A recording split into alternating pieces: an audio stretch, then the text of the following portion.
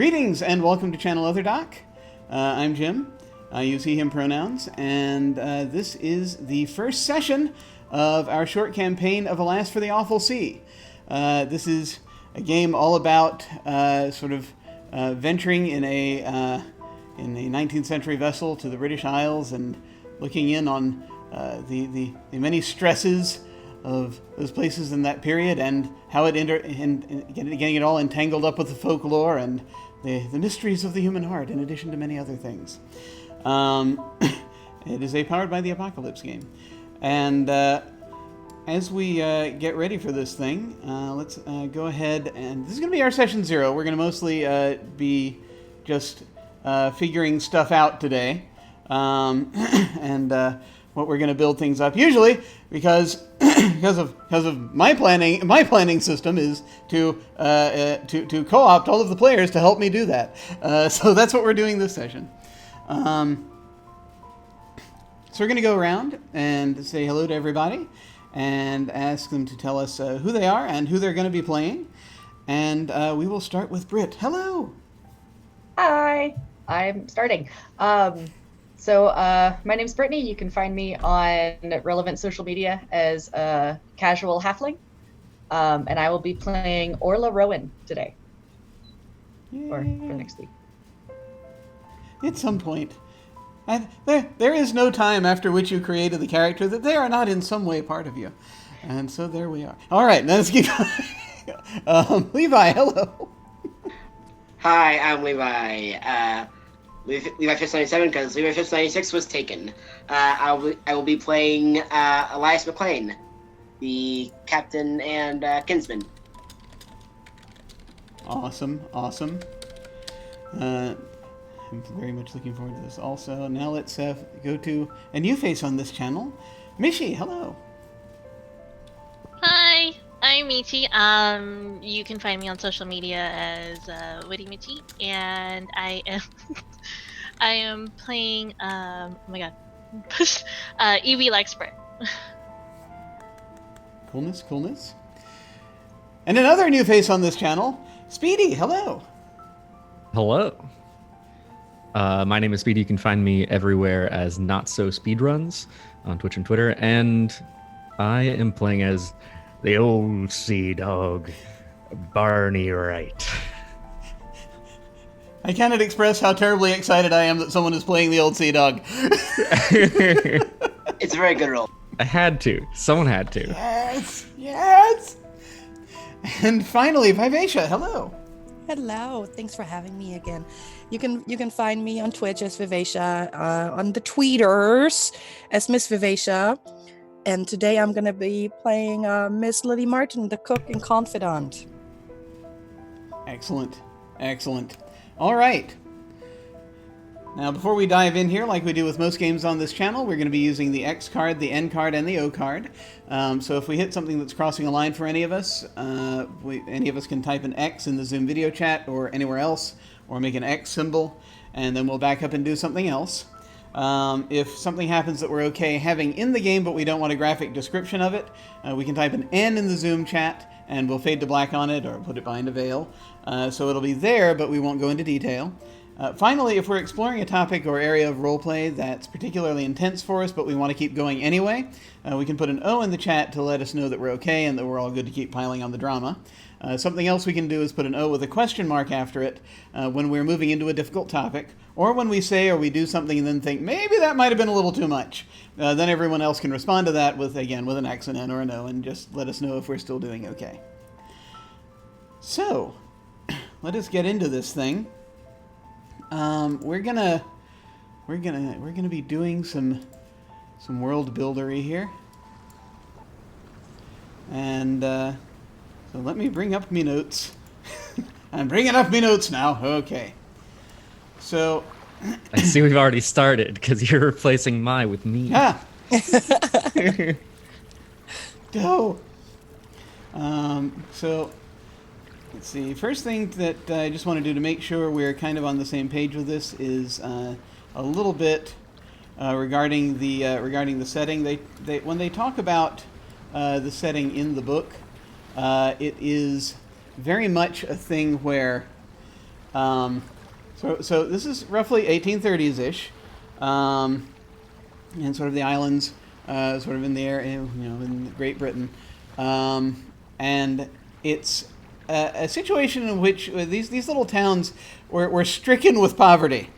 There was an extraordinary difficulty trying to put two and two together, trying to rub two pennies together, trying to have two pennies to rub together, and so a lot of times people would so a lot of times people would turn to doing whatever they could. Generally, the people who fished were okay if everything was going all right, but people who were just farming on this increasingly shrinking plot of land, not so much. Space was at a premium and kept shrinking as well, as people were coming in, taking up more space. And so a lot of times people just did whatever they could to survive. There was a lot of smuggling. Sometimes entire islands got co-opted into the smuggling because they're just the laws against it weren't enforced that well. And so it just sort of became a thing where it was like, we all got to get by. And you would have these very insular communities. They would develop these rituals, and each island would seem strange to each other island.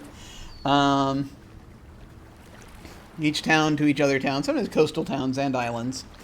To the point that it's just sort of like, they have a staple they work off of, and that's it. It's like the whole town gets centered around that staple typically. And they turned to whatever they could to survive that, and then just personal rituals, religions played a role here, and it's so we have an opportunity to sort of play in that environment, and there was a lot of folklore around at the time that developing from some developing from earlier stuff that they got from Celts and Vikings and what have you. But then some of it, they just sort of spun wholly into being relatively recently within that time frame, because, again, very insular communities left to their own devices. They got to explain things somehow. There's things rising up from their fears, their frustrations, their own personal conflicts, and so that was the way that they would tell these stories about the sea and about creatures of the sea and about the elements, nature, all manner of things, and what might lie behind it. So in this setting, some of those things are real. And they are subtle. This is kind of what they sort of would think of as low fantasy. But there are things out there.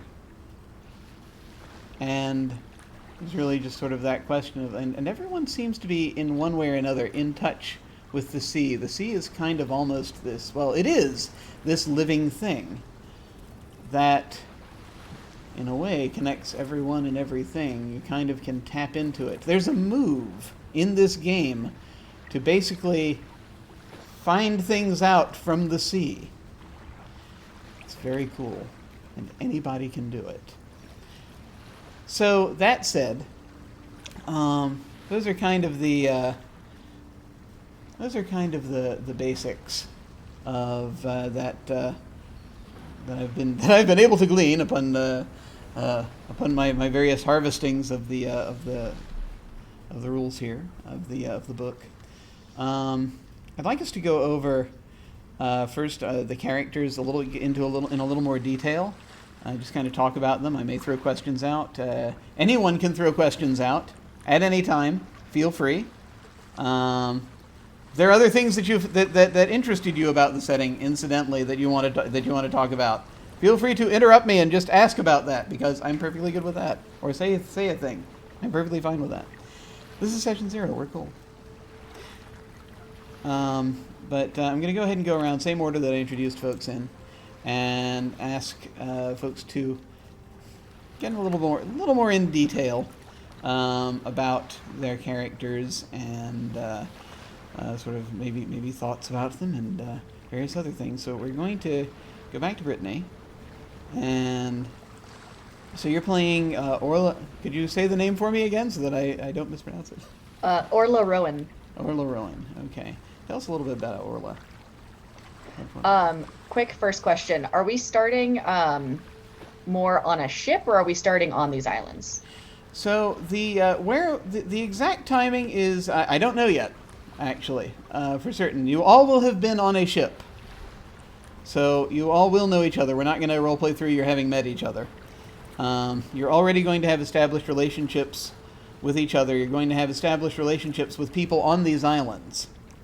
So there will be some degree of familiarity already. It's not necessarily for everyone going to be your first time going to a place. It could be, depending on how things land.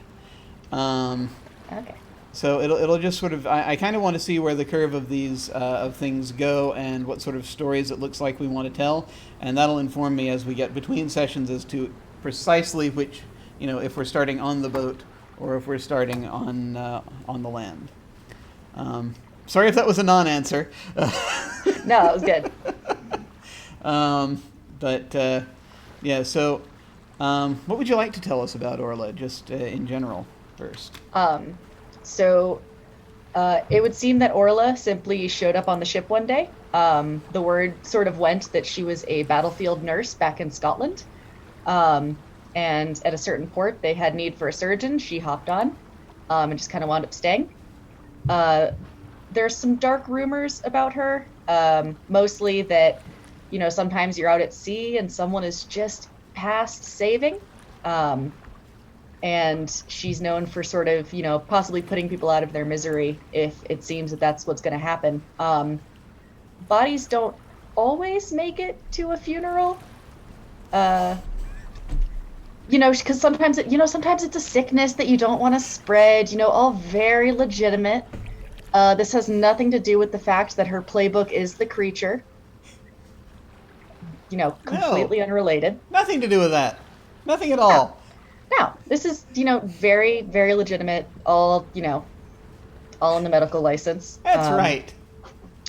It's perfectly fine. Should I talk about the creature thing, or is that something that's supposed to stay a little bit more DL? Now, I actually, I'm fine with everybody knowing out of character sort of what's going on.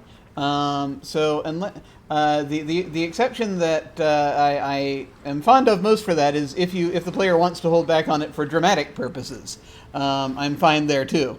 So if there's anything you want to hold back on for dramatic purposes, that's cool. But do you want to talk a little bit about the creature descriptor? Well, the creature descriptor just starts out. I'll say a few things. I don't know what this is yet, by the way. But I'm just going to talk a little bit about the creature, and then you can, if you wish, fill in some details. It starts out saying, "You are not human. Decide what you are." And it asks where you're from. It asks what it says your true form is hidden from those around you. To others, you seem a strange human. And you pick attributes. And it says you can assume your true form at will. Then there are a couple of very cool moves that are associated with the creature. And the tagline is, "Not all who call themselves human are so." Is there anything there you would like to elaborate on? Well, because it was a sort of, it's a seaside game, I researched into some sort of seaside and ocean cryptozoology, and I chose the Selkie, which from Wikipedia is, in Scottish mythology, Selkies, or Selkie folk, are mythological beings capable of therianthropy, changing from seal to human form by shedding their skin. So don't look in the chest that she keeps near her bed, and we're good. Excellent. Very good. Very good. It's always good to get right to the Selkie from the get-go, I think. It's excellent. Good. Yeah. I need to read up more on Selkies because I've always been kind of curious what a good portion of it, where that arose from, and just the idea that that sometimes people just want to be seals, or vice versa. I don't know. As in a lot of weird old mythology, a lot of it goes back to like, if you wanted to marry a pretty woman, you'd have to steal her seal skin and trick her into living with you forever, and then you'd be rich. Which seems to be a theme, but that is also Wow. the theme with the Selkie. It says, where is it? Oh, the folktales frequently revolve around female Selkies being coerced into relationships with humans by someone stealing and hiding their skin. So Oh, that's man. a thing. So she And does they can't change back without their skin. exactly. But the real question is, are they stealing the seal skin or the human skin? I mean, I guess just pick your flavor at that point. Yes. You I mean, weird old dudes. my impression of it is Whatever always you're been- into. Yeah. It was always the seal skin. I never thought about human skin in the. I hadn't thought about that up until this point, because my understanding up until this point had been that it was the seal skin. But you know, we don't know everything about what is really true about these legends. You know, sometimes there were, you know, you'd go to the ye old furry con and leave your human skin at the door. But yeah, so because of that, she does present as a rather shapely woman, the kind that would be rumored to lead a sailor to their death on the rocks, but that is not confirmed. She is just a surgeon. Simple as that. Don't Yes. look in her stuff.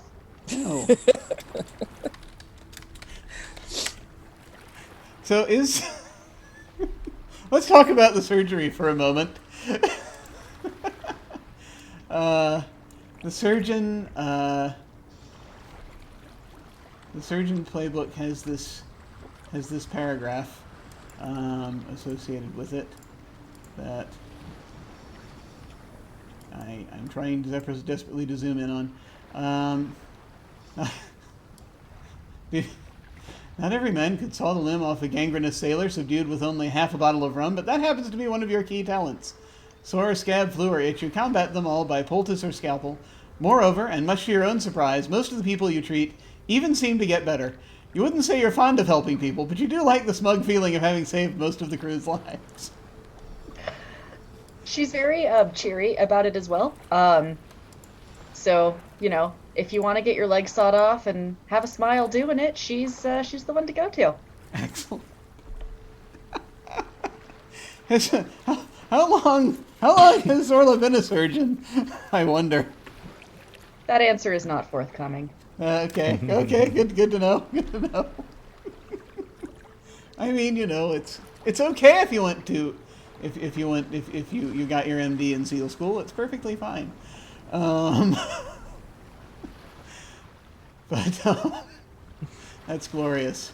Have a That medical is- seal of approval. Oh no. Well, The game has started. well, I didn't think I'd have to end the game this fast. Anyway, I wasn't the first pun this time. You heard That's- it. that's You fair, all heard yes. it. You have been relieved of that burden. Oh dear. Oh yes. All right. Awesome. What? I think actually one question I do have, and again the answer doesn't have to be forthcoming if you don't wish, but I am curious why Orla wants to fix people up, help people as a surgeon. It started as an accident. Sometimes you're hungry, and sometimes they get better after. And it turns out that she was quite good at that, and she needed a way to, you know, get from the place she was to the place she wanted to be. Perhaps someone had tried to steal her skin, and she wasn't into it. As Levi said, I'm not going to kink shame the Scots, but Orla will. It's a terrible So- courtship ritual, I've just got to say. Sorry, go ahead. I mean, really, has all that much changed? Sometimes you meet a nice guy, sometimes he steals your skin. It just, It know? happens. it was a trying time. It was a very trying time. I mean, sometimes if Tinder just doesn't work out, you start getting a little bit desperate, and Yeah. you know we've all The selfie version of Tinder. Blubber. It could Oh, easily God. be. It could easily be. Oh Oh no. dear. But yeah, it was just something that she wound up being good at, and when she's not as good at it, she's very good at pretending, because she is literally a seal pretending to be a woman. So it comes naturally, Yeah. just yeah. like sloughing off her skin. Yeah. It's just I mean, that comes naturally to everyone, doesn't it? I mean, I would expect that. So, is there anything else you'd like to tell us about Orla, just sort of in general, before before I interrogate Levi? Let me go through my notes. Did we talk about the skin thing? I think we talked about the skin thing. Yes. Yeah, if we yeah, might I think have. we're I good. seem to remember I think that. we're good. Yeah. Yeah, the skin, beautiful woman, marry her if you steal her skin. A lot of skin lore. Yeah. So, I'm sensing a theme. Oh, I'm sensing a theme here. What do you Possibly. mean? I don't know. I could be mistaken. I'm not sure. No, I think we're good. I think we're. She's got a lot of skin in the game. Yes, this is fair. This is fair. I'm not I gonna can fix stop, you if you but get I hurt. won't. 4 weeks, Jim. It'll be perfectly okay. Everything will be fine. No. Anyway. No, it's fine. It's fine. Thank you for offering, though. You're the first person who's offered to stop. Let's move now over to Eli. Eli. There were two characters in the game I ran last night named Elijah. I actually have a reason this time for fucking that up. Levi, hi. Yes. Hello. How's it going? Very well. This is great. Tell us about. Please tell us. Save us, Levi. Please tell us about Captain Elias. You put a lot of faith in me. So, Elias. So the McLean family is like, I think they were very well known as like pretty solid farming business. Like, if you need to buy any kind of quadruped, they would be able to take care of your needs. But eventually that stopped becoming an option.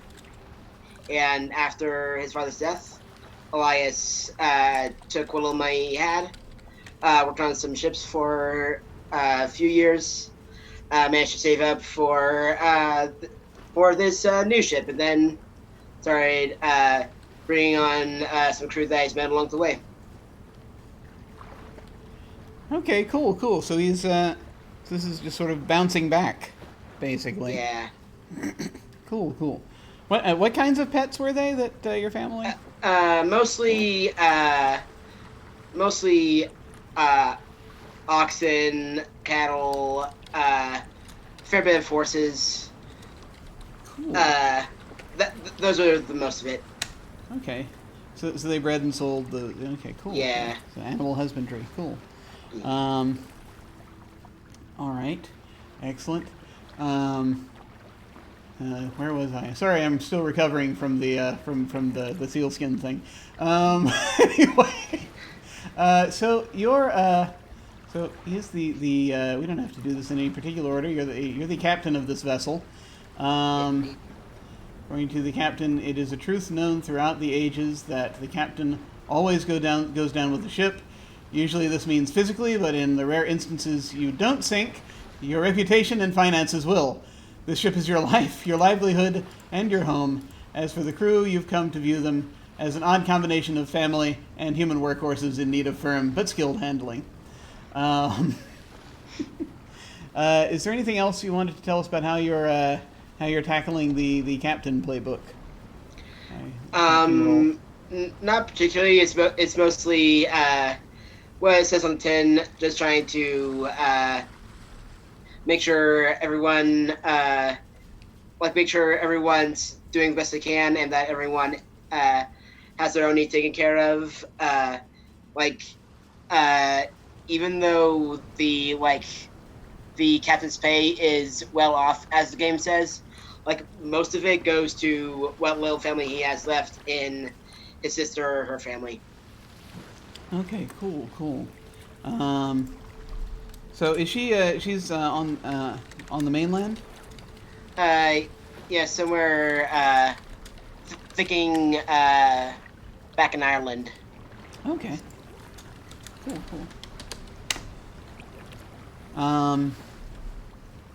Actually, do you have a name for her yet?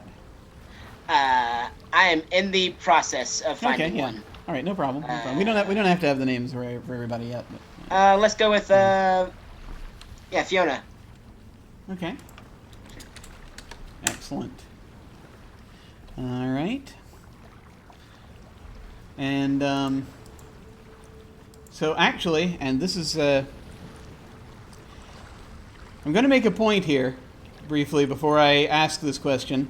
I'm not going to be I'm not going to demand that we stick to history necessarily here. So if at any point anything that I mentioned that happens to be historical also makes anybody uncomfortable, just let me know, and we'll. Or you don't want to use it, or you want us to do something else, feel free to suggest an alternative, or exit, or whatever, and we'll do something else. My question is, did your parents marry her off, or was that your job? I think as our father's condition started getting worse, it's kind of like, okay, this needs to happen so that she is still like taken care of. Okay. Okay, so that was before then. Yeah. Okay, cool. Interesting. All right. Something I've noticed is that you get, as part of your starting equipment, you get an ornate sword. And I wanted to know, is there anything special about it? Is this like a family heirloom type thing, or is this something you just happened to pick up recently? I think it was the last ship I was like a worker on. It was a gift from that captain as kind of like a good luck out there. Awesome. Very cool. At some point, when you have a moment, I'd also like to know a little bit more about that other captain, just as far as it sounds like that was someone who was an inspiration to you. And just like their name and stuff. And sort of more details about the sword and what it looks like and all that, because I think that could be very cool. But you don't have to give that to me now. But that sounds cool. All right. You were playing the Kinsman playbook, if I'm reading the tiny print correctly. Yes, you are. It says blood runs thicker than water. The fact that both of those are the same in reading order is completely coincidental. Of course. You basically name a fellow kinsman, and I assume is that Fiona, or is that a part of the crew? Do you think? Yeah, I think that's supposed to be a crew bond. Okay, awesome. We will get to that. And it says you have an extra bond. Fill it in with another player character during character creation. With their permission, this bond can never be changed. And that's that bond. Okay, special bond. It says bond right up there, Jim. Read the headline. read the headline. It's perfectly good. Cool. And you're going to get to describe some things, and you got a couple moves for knowing them. Excellent. So this will be very interesting, because then this will also play into this slight, not quite family drama per se, but that there was, you had this history that you have just unfurled for us, and that's very cool. Were there any other details you wanted to give us about Elias? Not right now, at least not until we start getting into those kinds of moves. Sure. Though I do have a name for the ship, if we are cool with that. Well, yeah, that's part of putting it together. I'm supposed to ask the captain for the name of the ship. I think in kind of like a sardonic, like not sardonic, like kind of ironic twist of humor, that this is a fair bit of the family's income. The ship's called the Beast of Burden. I like that. Excellent. There are absolutely no beasts working on the ship. Okay. Very cool. Excellent. The Beast of Burden. All right. I think we'll go ahead then and leap over to Mishi. and we'll start. I'm going to start asking you some questions. Tell us a little bit more about Evie. Like, of course, when you start saying my name, my dog starts barking. Uh, so Evie, she is the merchant. Her family is part of a line of being merchants, and so it was kind of natural for her to delve into that business. And yeah. Well, something that's actually kind of interesting, and we were talking about this a little bit beforehand in the Discord. In the Discord thing was that because you're taking the playbook, you're taking the, they're all playbooks, Jim. You're taking the descriptor, the outcast, which is going to be very interesting, especially combining it with merchant. I think it's going to make. I think it's going to make for a very good story. It's the tagline is "Once sinned, always a sinner." You get to choose a sin that defines you, and the evidence that all can see. So I guess this is something that is going to be known to an extent. I think it's gonna be more of rumored. Okay.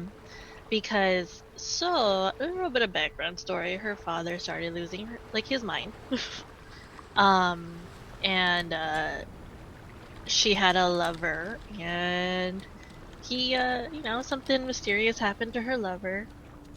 And so essentially what was happening was that their business was going downhill, and so she started to pick up on the trade, and their business started going uphill. But then with her having a lover, that was getting in the way. So her marker is actually, she has you can see a little bit of it on her neck, so she tries to cover it up. But essentially her father branded her from her shoulder to her neck, because since he's a merchant and he was going crazy, she became his property, kind of situation. So unfortunately, the sin that she has is murder, and so there's a rumor that she, succeeded the family business and everything like that. And she had already established herself a little bit as a merchant, especially with her family name and everything. But they're all wondering why her father mysteriously disappeared. Yeah. Absolutely. Okay. Interesting. So there's probably a very strong suspicion as to why anyone who knows this story as to why the father disappeared. Yeah, but I mean, any details behind it, she has not spoken to anyone about. Okay, interesting. Okay. That is so beautifully tragic already. For this, just as a story, I have to say, as a real life, this would be horrifying. But for our purposes, this is great, because we enjoy misery on this channel. Yeah, damn, that's awesome. Okay. So, in what way do you think so it's sort of rumored. How much do you think this affects her Evie's business? How does this sort of in her day-to-day life? What are we looking at here as far as what level of interference do you think there is? I feel like she's kind of I feel like there's interference, but not too much, because there's no proofs per se, but it's still really suspicious. So she did lose a couple of ties, but that also helped open doors for her in other venues. Yeah. I think There's a question I kind of want to ask, but you do not have to answer this right now if you don't want to, because again, this falls again under that drama thing that I was talking about possibly, but at the same time, I'm perfectly happy if you'd like to answer it, but I'd kind of like to know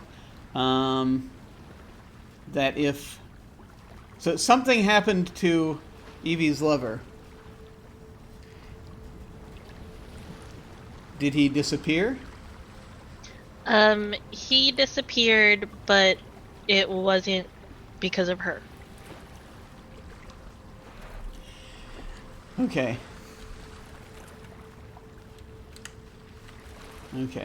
Yeah. We got something to find out. Well, yeah. I feel like, and in my head, there are two different possible explanations for why he did for his disappearance. But And let me guess, none of them is a Selkie. Hey, there are maybe three he possible just shed his explanations in human my head. skin. Never discount the Selkie. It's always an option. Never find discount the his skin? Selkie. I mean, he did like the water. It's, there's. I really shouldn't be connecting things up in my head the way that they're connecting right now. Thank you for that, by the way. Thank you so much. Things may happen. I don't know. Your playbook is the merchant. Yes. Unless there was anything else you wanted to cover on the whole Outcast thing. No. Before, yeah, so you're continuing the family business. It says here, you cannot be sure if money makes the world go round, but it certainly makes you go around the world.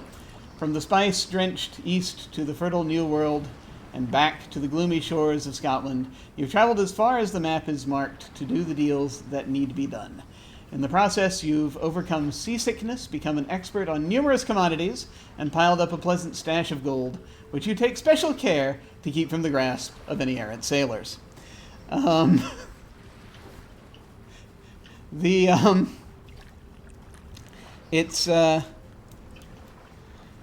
actually am curious as to what it is that you sell.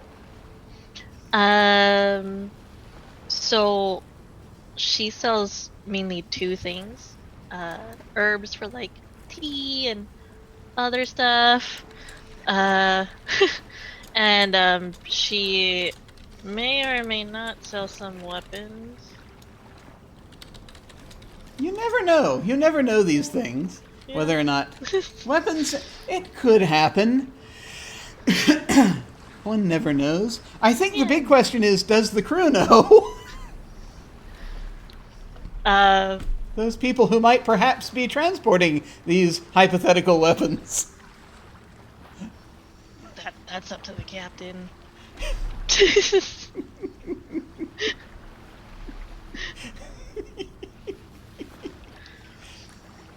I don't really know, because, I don't think Elias would be crazy about it. So, whatever you say about that, it's possible that some of, the various crew would know, but,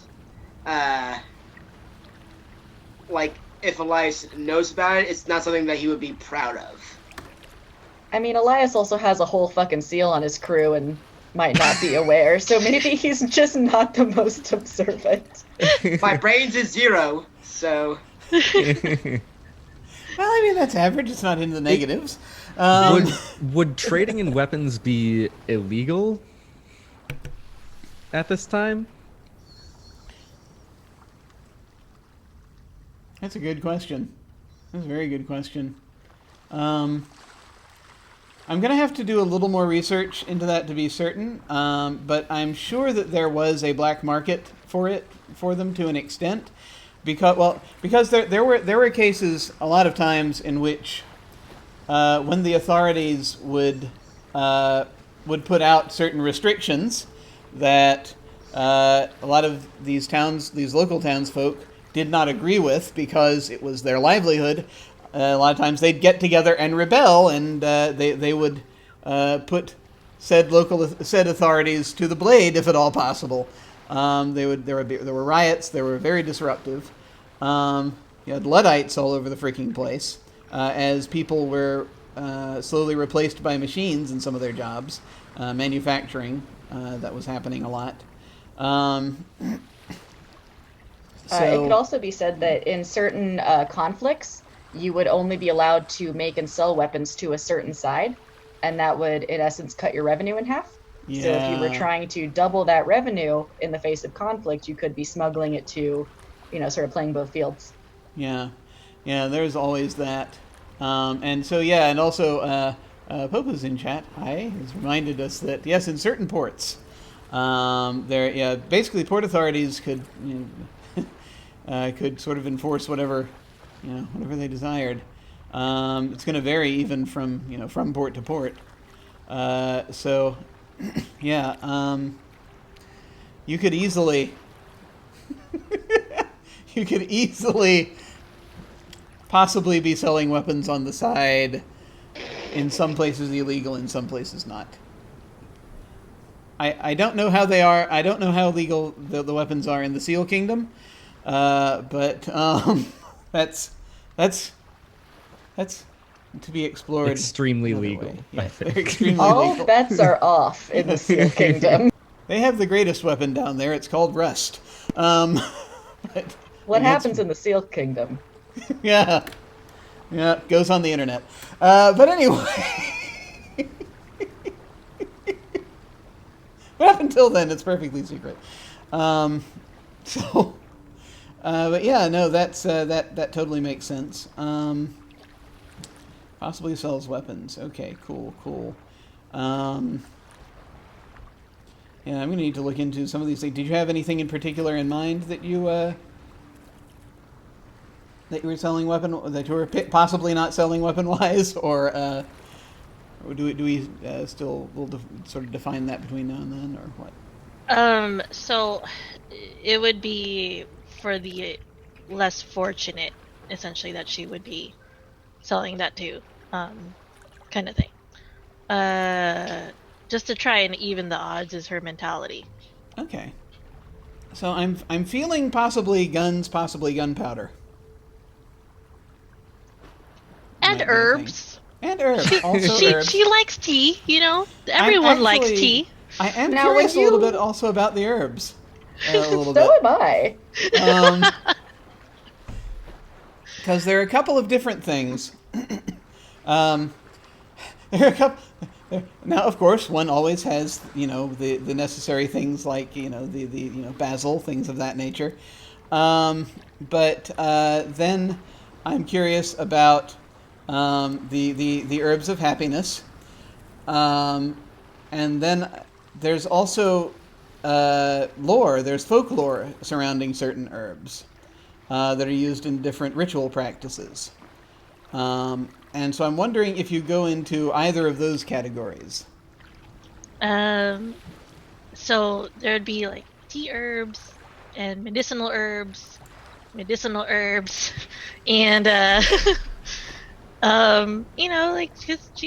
she's a very since the rumors and everything are going about her for being with the whole outcast and everything like that, she's not one to shy away from possible options of different types of herbs. So if people are looking for herbs for specific rituals too, she will be open to talking about them. Okay.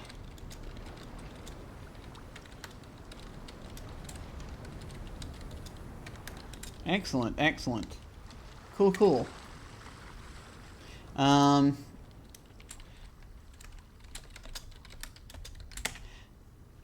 So that's interesting. So possibly open to the sale of various ritual herbs and possibly medicinal herbs. And actually, the fact that you sell medicinal herbs also, I think, may lend itself to, when we get to character connections, to a connection with Dr. Rowan. So that could be cool. That could be cool. I was thinking about that. Also, the fact that you had some bodies disappear. Nothing skin related. No skins were harmed. It doesn't have Disappearance to of be these bodies. skin related. All skin, all the time. No. No. No, okay, that's cool. Well, is there anything else you'd like to tell us about Evie, just in general? No, I think that's it. Okay. Cool. Awesome. And by the way, whenever I ask this final question of each of you, that this is not like the last time we will ever hear anything about these characters, obviously. It's an unfurling thing as we go. If you think of things later, feel free. So, excellent. Okay, Speedy, tell us a little bit about Barney. Yes. So, Barnabas Wright, though most folks just call him Barney, has been sailing the seas for his entire life, essentially. Ever since he was a boy, it's basically the only life he's ever known. His role is Old Sea Dog, which means he's superstitious. He knows a lot about the oceans just from his time on them, and he knows all the rumors, the lore, the spirits of the sea that people tend to talk about, and all the good and bad luck charms that seem to flow from that. His descriptor is believer. And with that, the religion that I have him following is nonconformist or folk, which is, in my mind, just sort of like a mix, an amalgamation of like Christian legend or Gaelic lore, or pretty much anything that can be applied to life at the sea. His sort of, he just sort of picks up whatever rumors or legends he can. A lot of the sort of lore about good or bad luck at sea, a lot of it stems from like Christian religion. Things like it's bad luck to have a priest on board because they're of Jonah's ilk, and things like that. So he definitely picks up some bits of Christian lore, but I don't think he wasn't raised Christian. He was raised on the sea. So it's any lore that he's picked up from his sailing days. Excellent. He's old. He's weathered. He wears a thick, sturdy pea coat and a red beanie, and he's got just sort of like a scraggly, thick gray beard. At some point in his relative youth, he came ashore and stayed for a bit, fell for a lass, and by the time he came back from his next excursion, found that he had a child waiting for him. Of course, he was always married to the sea, so not much luck raising a child like that. But he visited when he could, and eventually his daughter grew up and wanted to be a sailor just like him. So one day she joined him on the sea, and, well, let's just say she wasn't as much a believer in all the luck as he was. He didn't follow his superstitions, never listened to her dear old dad, and, well, he's not around anymore.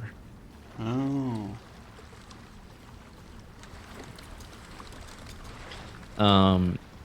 And so in my equipment, one of the things listed for the Old Sea Dog is an old trinket. And I have, as my equipment, Katie's rabbit foot. rabbits are bad luck on a ship. Katie never much cared about that, though. He grew up on the land, and, well... Was ended up beneath. Katie was the daughter? Yeah. How are we spelling Katie? Katy, like Katie face. Excellent. I approve. Strangely enough, not the first time that Katie's name has been used in one of these mini campaigns on this channel. It's a good thing. Yeah, she said she was disappointed she couldn't play, and I was like, all right, well, right. I'll just name my dead daughter after you. Well, there we go. Excellent.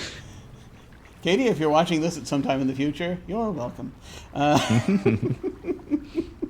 Awesome. That's wonderful. So, I actually this is interesting because so I have some questions about Katie. First off, did the sea take her? Yes. Do you think that the sea was... Do you think the sea was at all jealous or upset at the fact that you had this woman on the side that you were seeing? Yes, definitely. I think that... I mean...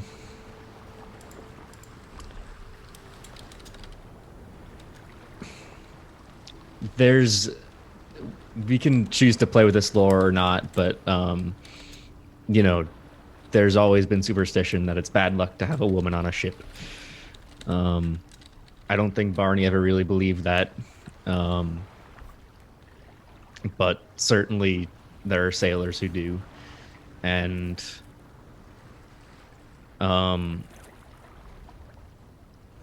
Barney sort of fell into believing that it's not so much, at least after Katie's death, you know, it's not so much that it's bad luck to have a woman on a ship, but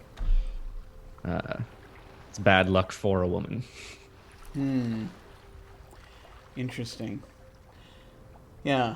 I think that just as far as... I will say, as just as a general thing, as far as my approach to how I'm going to do this goes, I'm not really going to refer much to that particular prejudice. That's perfectly fine. As that goes I'm fine society, but, ignoring that entirely. Oh, sure. But that said, I am interested in the idea just of, and this is regardless of gender, but the idea, this idea of it being bad luck for particular people, in particular circumstances, like someone who is the product of, you know, this is right. You know, this lover that perhaps it is theorized from the sea's perspective that you were cheating on them with. Right. Exactly. My true love is supposed to be the sea, and by having a lass on the land. Yeah. Do you? Yeah.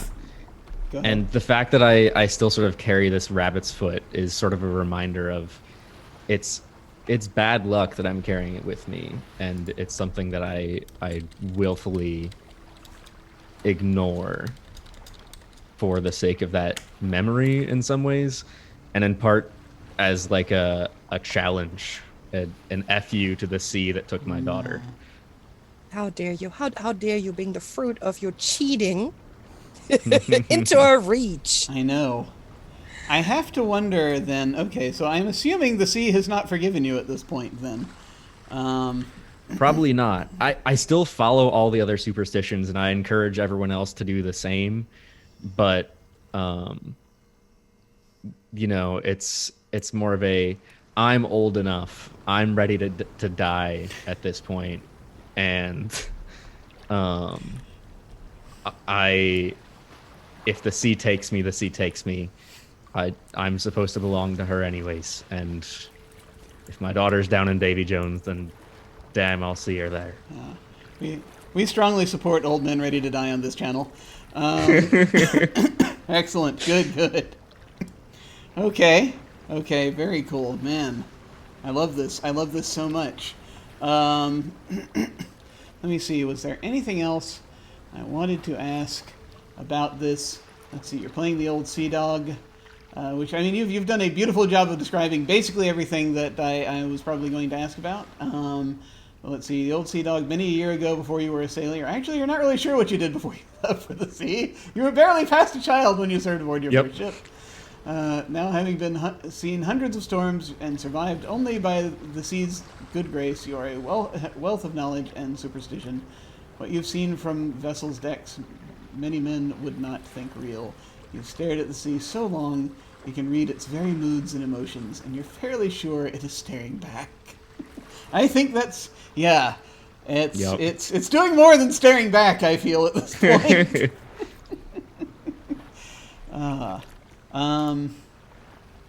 Interesting. So, has the do you think from time to time does the sea ever make overtures to trying to make it up with you or not, or does it not care? I mean, I think that every time that there's a storm or clear waters, I think that Barney is thinking of that like a conversation with the sea. You know? Nice. Excellent. So sometimes we're on the rocks. Sometimes things are calm and fine. Excellent, excellent. But she's a fickle lass, the sea. Yes. That she is. I am also a little bit curious, and again, we don't have to develop all this right this second, but I am a little bit curious about the sort of the nonconformist folk kind of spirituality that your character adheres to. Mm-hmm. And I mean, we've already got a nice big chunk of it right now, as far as the sea relationship. But if there are any other bits that you have in mind or that come to mind at some point, please let us know, because I think that would be very interesting. Yeah, mostly. I mean, I've been kind of looking up some like just old sailor superstitions, and I've been trying to memorize all of them. Oh my god! So that I can just sort of like call out different ones as we're going through. Yeah. And also a little later in this session, we're going to each take a turn at talking a little bit about folklore, which will be fun. So yeah, that's coming up too. So this will be very interesting. A lot of fuel for that. So is there anything else you'd like to tell us about Barney before we move on? The one other thing I would say is his actual role on the ship. I'd say he's probably like a first or second mate. Basically, he's in charge of the crew when the captain's asleep. So he's the one who's on deck at night, and he spent many a long hour staring at the sea under the moonlight. And that's when he seems to see the most. Good. Awesome. I can see the gears rolling in your heads. I know. There's no stopping them now. All right. So Vivacia, tell us a little bit about Lily. Well, from the outward, she looks like a really simple woman. She's middle-aged, kind of chunky, looking just like you expect a cook to look. But if you look a little closer in her eyes, you can see that she's actually really sharp and paying attention. People tell her a lot of things. She knows a lot of things. She drinks and she knows things. Basically, she cooks and she knows things.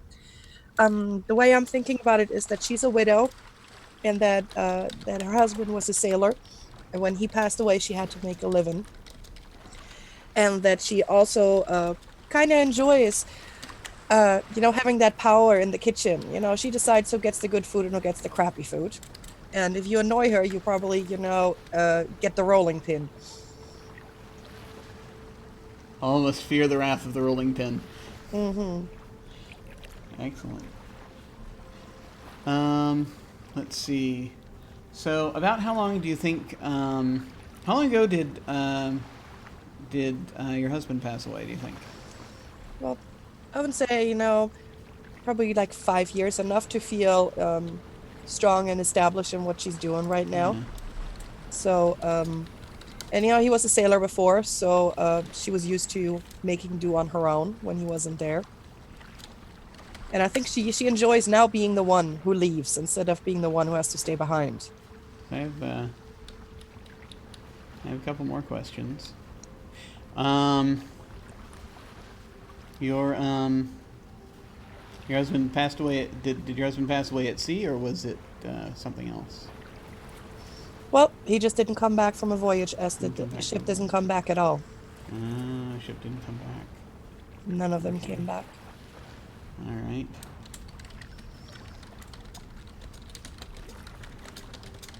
About 5 years ago.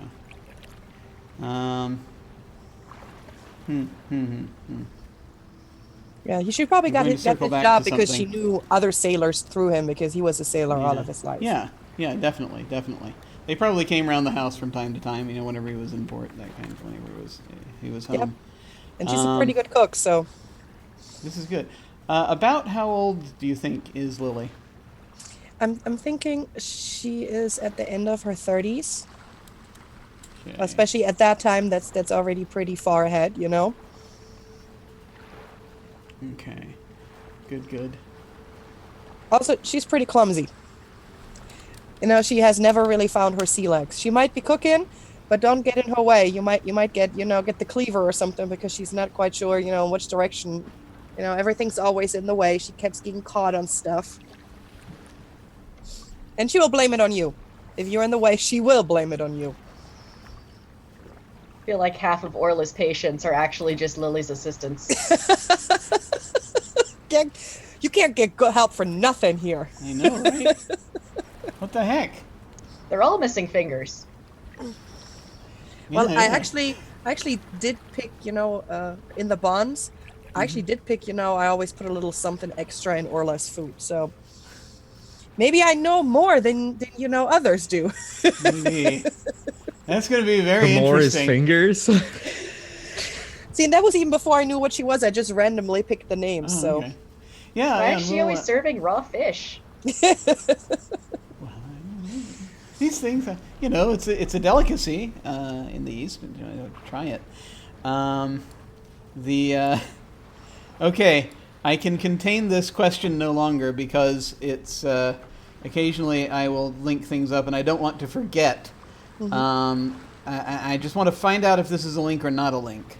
And I know we're going to get to more character linking stuff in a little bit, but I now have to actually go back and ask Speedy how long ago his daughter perished.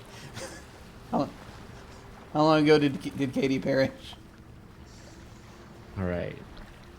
So Roughly. he's probably 60 now. Mm-hmm.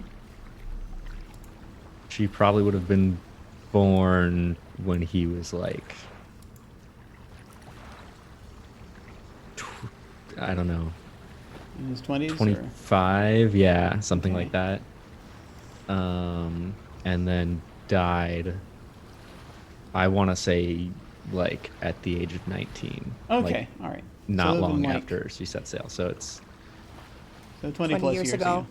Yeah. yeah, it's been a long time. Okay, good. Okay, I just wanted to double check for reasons.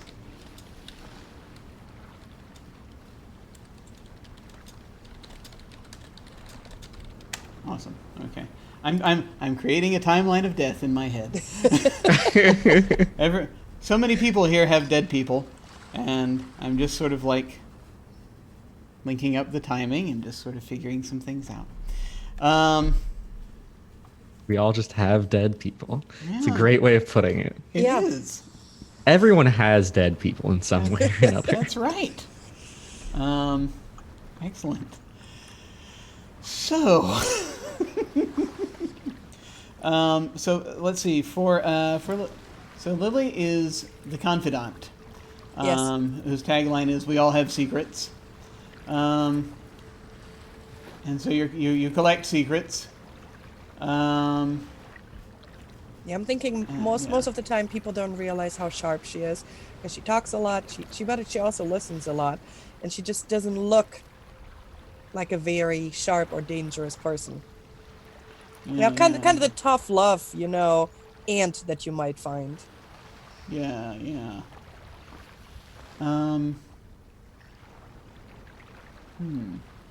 Okay. So I think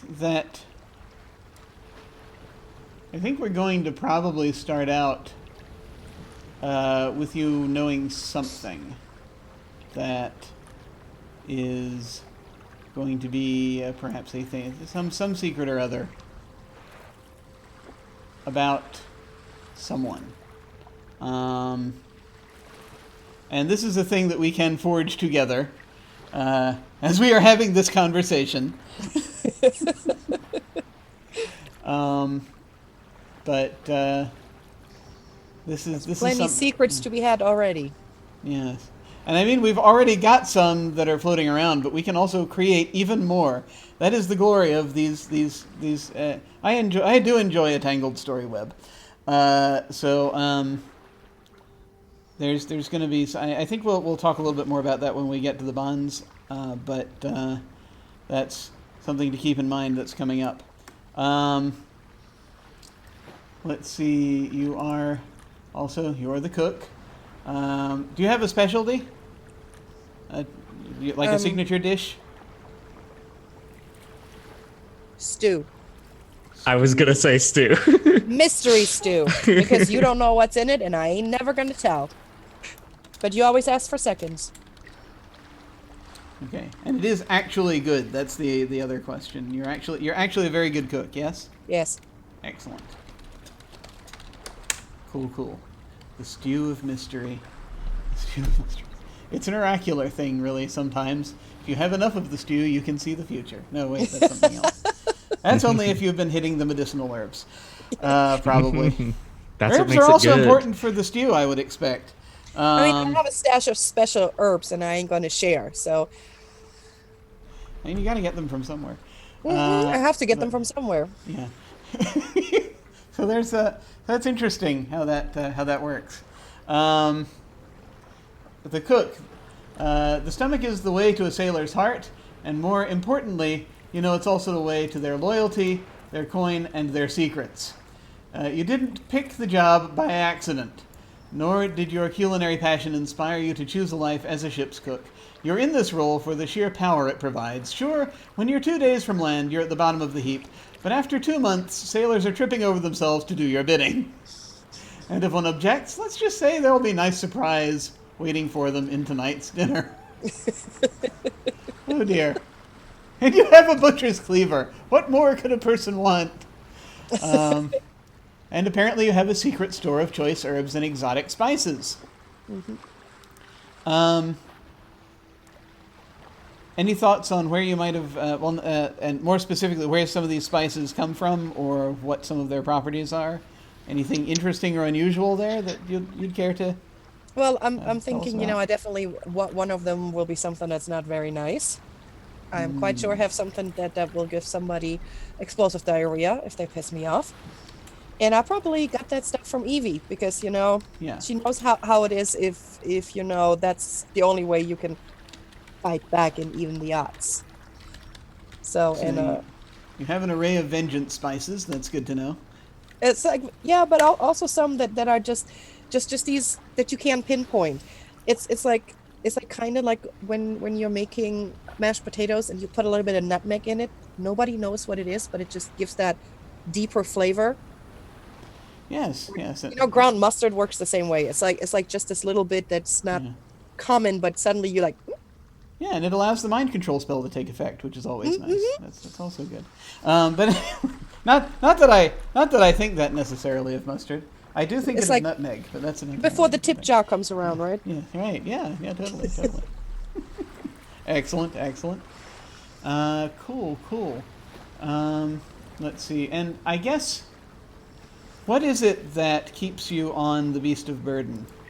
What do you like about working here? In particular, this ship. Well, I'm thinking part of it is that I'm thinking that Elias is not really bothering her a lot. He's very focused on, running the ship and making sure that his family is fine. So he's not bothering her at all. And there's interesting people on the ship that, she wants to find out more about.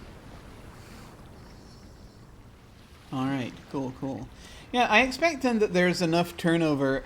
How long have you been with this particular ship, actually, before I talk about turnover? I would probably say about 2 years.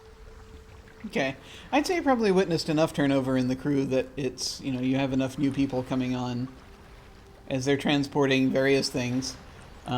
Spices and things that are possibly not spices. That becomes a thing of interest. That's cool. Okay.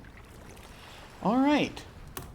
So that gets us through our basics on the characters, and there are some. Let's see. Some of these questions have been answered. They offer a few questions for people to answer, to be thinking about, and some of these we already know. Just checking. I'm thinking back, looking down the list here. I'm gonna go through real quick, and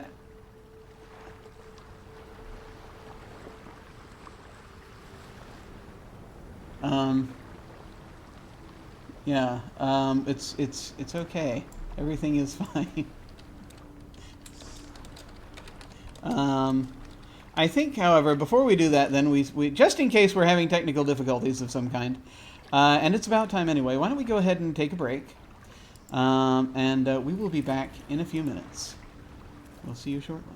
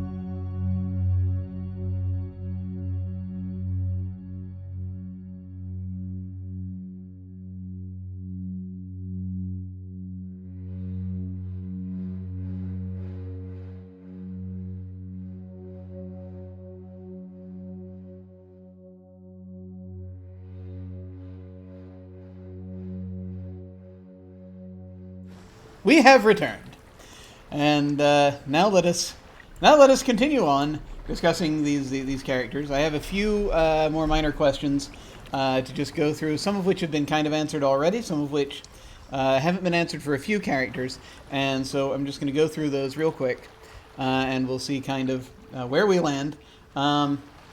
Actually, my first question is going to be for Levi, and that is about how long have you had the Beast of Burden? Probably like up to like 5-ish years. 5-ish years, okay. Yeah. 5-ish years. Okay, so that is right about when Lily's husband passed away. Yeah. Interesting. Okay. So the my question then is, that in mind, we already know how you came to be aboard the ship. You kind of just started to do your own thing. And we know how Orla came to be aboard the ship. About how long ago was that?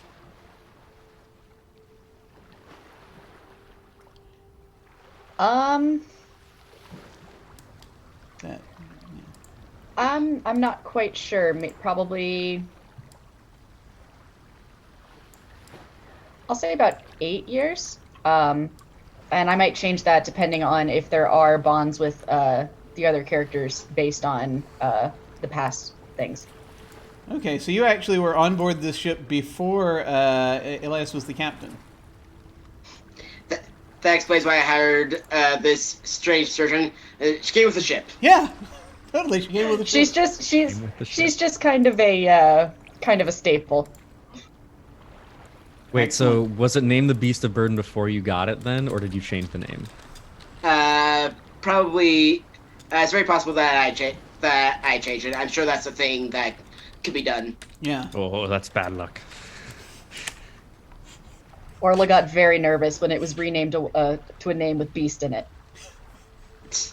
It's probably a thing where where it's like it needed time when it was changing hands, and needed to be refitted and fixed up and all that, and so there we go. Excellent. So as continuing to go around here, how did so for Evie, how did you come to be aboard the Beast of Burden, and about how long ago was it? I'd say maybe about probably a year and a half to 2 years. Okay. She needed a ship where not a lot of people asked a lot of questions. And she needed to be able to, transport her spices and stuff like that. So Does the Beast of Burden have a reputation of no questions asked? It better. I think we've established like roughly 3 times over. Elias is very trusting. Ah, it is a delight. Yes. Good. Awesome. Okay. I love you.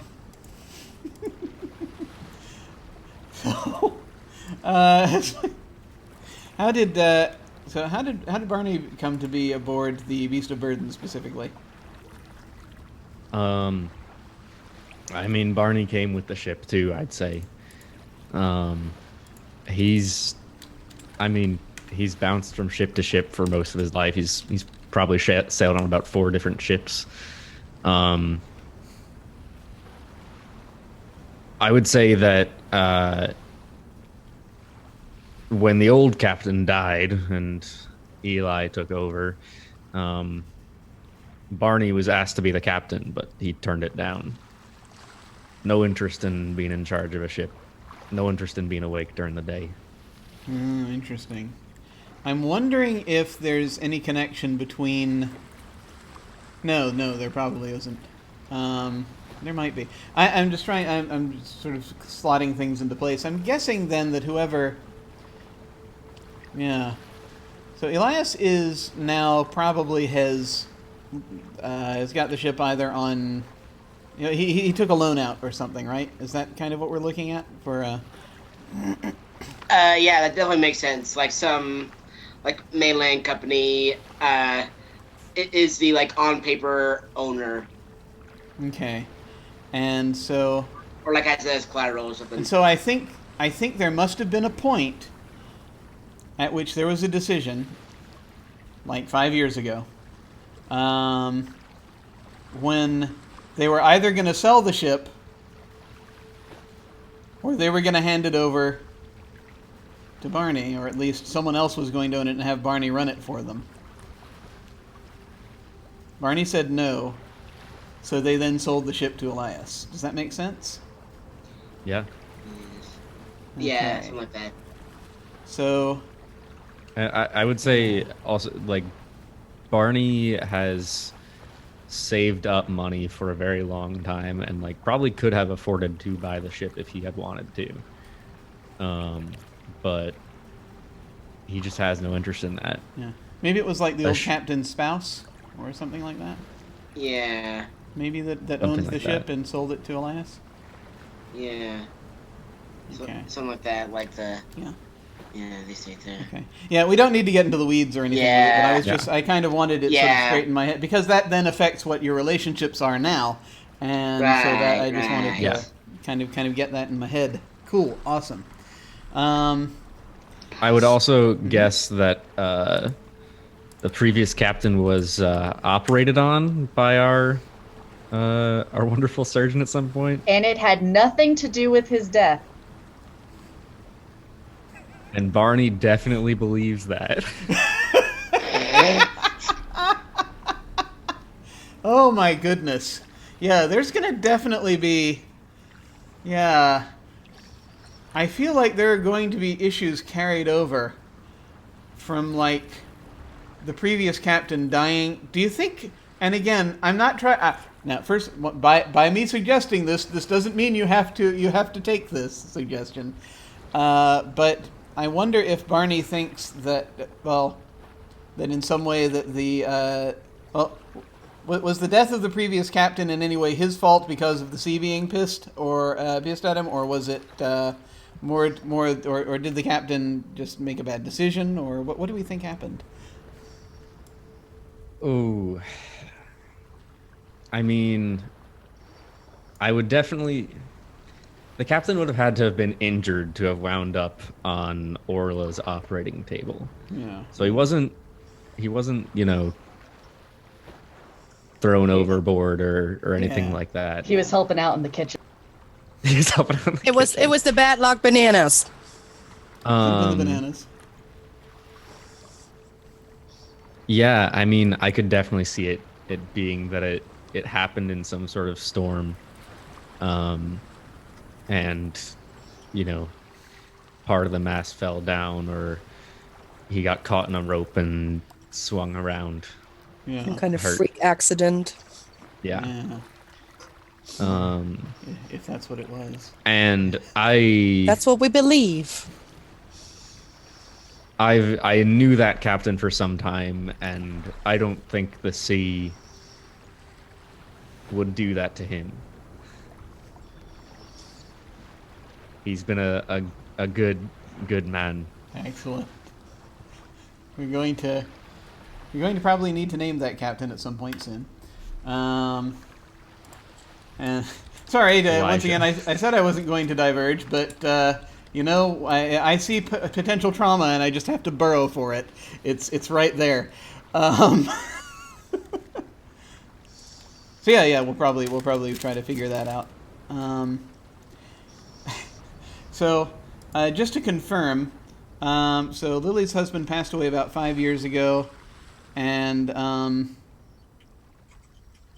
she is now the. Was that about the same? And was about the same time she started cooking professionally, or was that? Well, Did that take a while? I'm thinking that she was already, making extra coin, by cooking and selling pies, stuff like Yeah. that, and maybe helping out at the local inn or tavern. Yeah. And then probably some of the sailors her husband, used to work with, probably, suggested it, take care of the loved ones of, your former mates. And that's how she kind of fell into that. Well, she probably had a little bit of money left over, but on some point you got to find something to do. Yeah, totally. So, was it around the? See, there's a possible connection here that I don't know if we want to be this obvious in making it, so we can discuss it if we need to. But before we get there, I just want to ask about how long do you see yourself having worked on this ship specifically?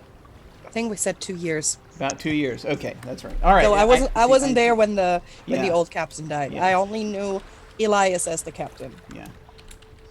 Okay. And was this the first ship that you worked on, or? I'm thinking probably the first one long term. Okay. I'm thinking that the other stuff was more like short trips, just to get her bearings, and then I'm thinking that the Beast of Burden is the one that she was on for the longest trips. Okay. Cool. Gotcha. All right, that works. So that's that question. Next one I want to go over is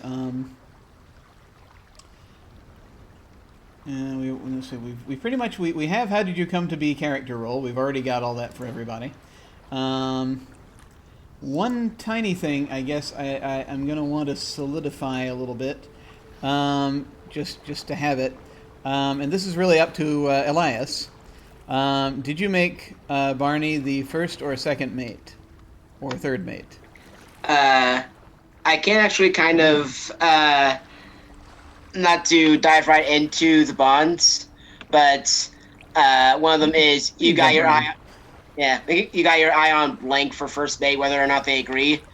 So, like, I was already thinking of Barney anyway, and then when Speedy brought up that he's kind of like the night shift manager, that kind of adds up. We probably have meetings. Okay, let me actually just something I want to just look at real quick here in that. It's in the you've got your eye on blank for first mate, whether or not they agree. Have you already given him this post, or is this yet to come? I think it may be sort of unofficial, but any business or legal stuff is not quite set in yet. So this, of course, then immediately in my brain leads to the question: what's going on with the previous first mate? Is it anything juicy, or is it just like they're going to rotate out? They died. Did they die? Did they die horribly? Of Did the sea take natural them? causes. They lose any body parts by natural causes. The stew that night was great, though.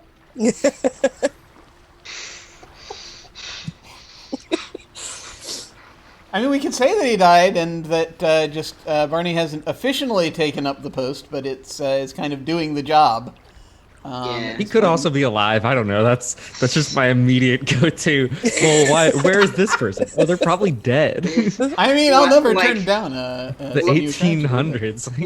Like probably retired a few weeks ago, so it's just now getting to that part of it. Okay, all right. So, possibly. So, if dead, possibly of natural causes, but has successfully retired one way or the other. And within the last couple of weeks now, it's like you don't actually have a first mate right now. So I guess Barney is second mate, technically. Yeah. And then you have your eye on Barney for first mate, but it has not been made official. Okay, cool. And the only reason I haven't accepted yet is I don't know that I want the extra work of it. I like the job of being the one keeping a lookout at night, so I can look out at the sea. Yeah. That's the majority of what I want to do. I don't want all the extra responsibilities that come with being first mate. Yeah. It sounds like paperwork. Oh yeah. All right. Excellent. Good. That'll be an Cool. excellent point of tension when we get up to that. Let's see. So, just the final question that they suggest is who did you leave behind and why? We've already had some of these folks answer that, and it's okay if the answer is nobody, but there are a few I just want to check in on, and one of those is Orla. Did you leave someone behind?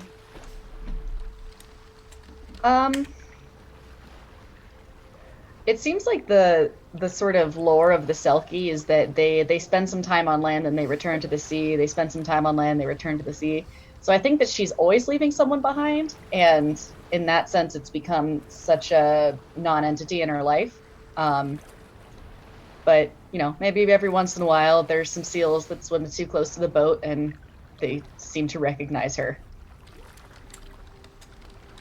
Do you have a seal family?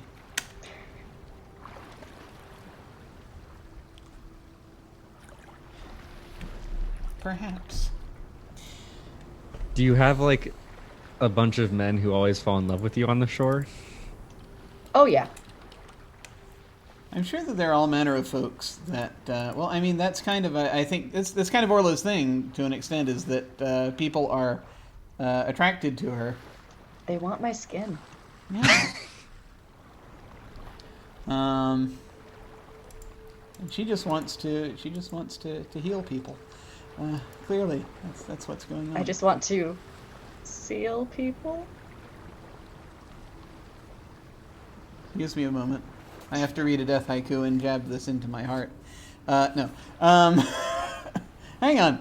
Let's see. Bonds. Let's do bonds. In a moment. Well, actually, no. I'm sorry. I didn't even finish the who did you leave behind thing. I think we actually have that.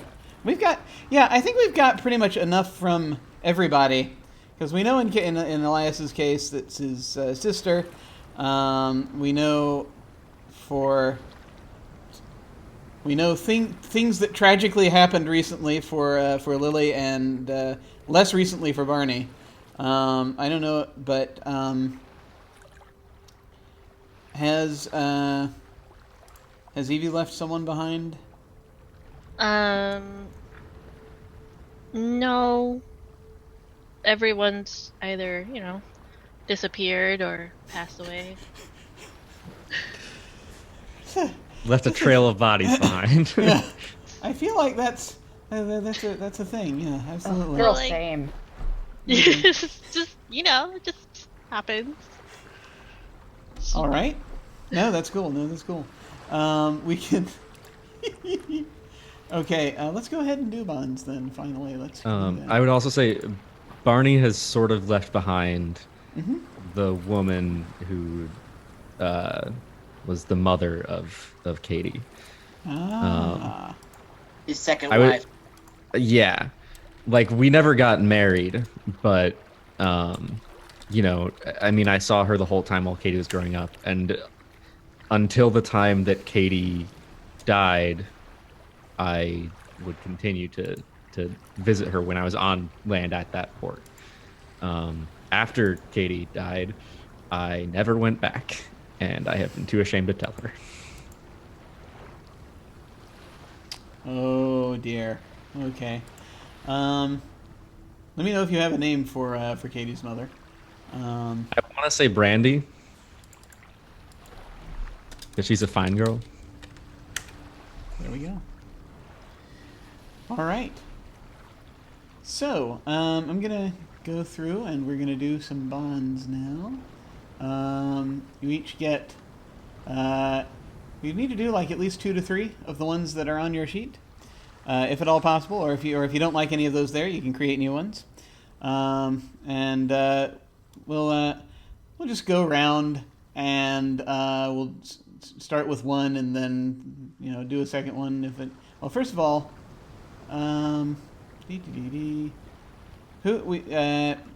we already have one from Elias. That was that eyeing Barney for first mate. I'm just going to keep going around in this direction. So Evie, on the for the merchant, you've got 1, 2, 3, 4, 4 potential buns there. Are there any of those you want to throw at somebody? One of the other guys.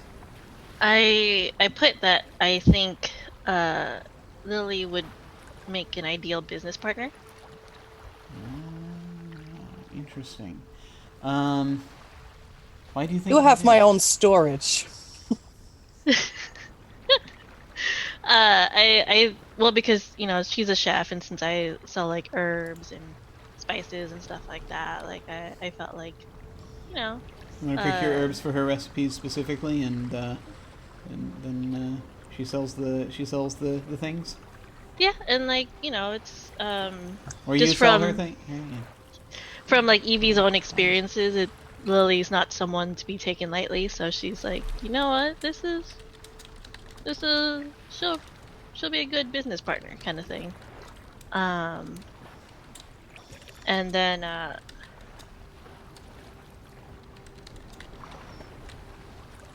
I have it where she thinks that the most attractive person on the ship is Orla. Doesn't mean she's attracted to her, but she's just like, hey, some pretty hot stuff over there. Got nice skin. Yeah. All right. She must moisturize. Some good skin there. Oh dear. Excellent. Good. That's very good to know. So for Barney, any bonds there that strike your fancy? I would definitely say Orla is too impulsive. They're dangerous to have around. Nothing like having an impulsive surgeon. And this has been the case. You've lived with this for the last 8 years. 8 years. I can't get rid of her. Better not get hurt. I don't know what it is. The captain thinks she's too pretty. Oh my goodness. I'm not just like a limb you can saw off, Would that Or skin you can peel off. I know, right? I mean, she's got the captain's seal of approval. What can I say? I'm just a seal girl living in the real world. That is a Ginger reference from the 90s. Oh yeah. I remember the 90s. But does that mean I was there? I don't know. Anyway, it's hard to say anymore. So yeah, are there any other is there another bond on there you want to throw at someone? Or if you want to take a minute, we can move on and we can come back to it. Yeah, I'm kind of I'm torn on a few different things. Let me hop over to Lily. So for the cook, we have bonds here. Yeah, I'll put 3 in there. Okay, tell us one. So even before, I knew the whole thing. So it says you always put a little something extra in Orla's food. Right. You mentioned that. Cool. And no matter who's formally in charge, Barney is the only one you really listen to. And when you scratch Evie's back, they always scratch back with interest. Okay, that makes sense. This does, so there are a couple of things I want to ask about now also, as a result, because of course I do. You put a little something extra in Orla's food. Did we go into detail about why you do this? No. Why is it that you do this? That is a good question. What will you pay for my secrets? How long? I didn't get it in my notes. How long had Lily been aboard? It was like 5 years? 2 years. 2 years? Okay. 2 years. She probably caught on to the fact that Orla likes her meat a little raw. So she will get, her stew with a little bit of, meat that she set aside that's pretty undercooked. Excellent. As the confidant, it's possible that she just full out knows the secret, as opposed to just like, oh yeah, she's kind of funny. She likes her meat a little raw. Sometimes she disappears naked into the night singing, and men just throw themselves in the sea. What's up with that? These things these things happen. There will be no king shaming here at all. Has nothing to do with the herbs. Nothing at all. Nothing whatsoever to do with the herbs. Who left this intact human skin on the floor? Bleh. Oh, that feast last night was awesome. Everybody fell asleep. No, there was no naked person swimming in the ocean. I Not don't at know all. what you're talking about. No, that didn't happen. And is there? Whose seal is I wonder this? if- I know. Is there a? Is there? It must be a truly devastating secret. But then it's a. Aside from the whole turning into a seal thing, that everyone does that. But actually, it makes me wonder if there is some deeper secret there. But the Humanity question is just a skin we wear. I know. Maybe she just admires her knife work. We're both, knife aficionados. Knives are good. Knives are good. She brings her bits for the stew sometimes. We're gonna break. Oh, sometimes, We're gonna break him. sometimes out at sea, there's a storm. You lose supplies. You got a few broken legs. It is the stew of secrets, right? You gotta survive. Everything tastes the same with salt. There are those old stories that you can gain the power of whatever's in the stew.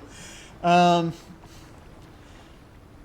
the other one I want to ask about is no matter who's formally in charge, Barney is the only one you really listen to.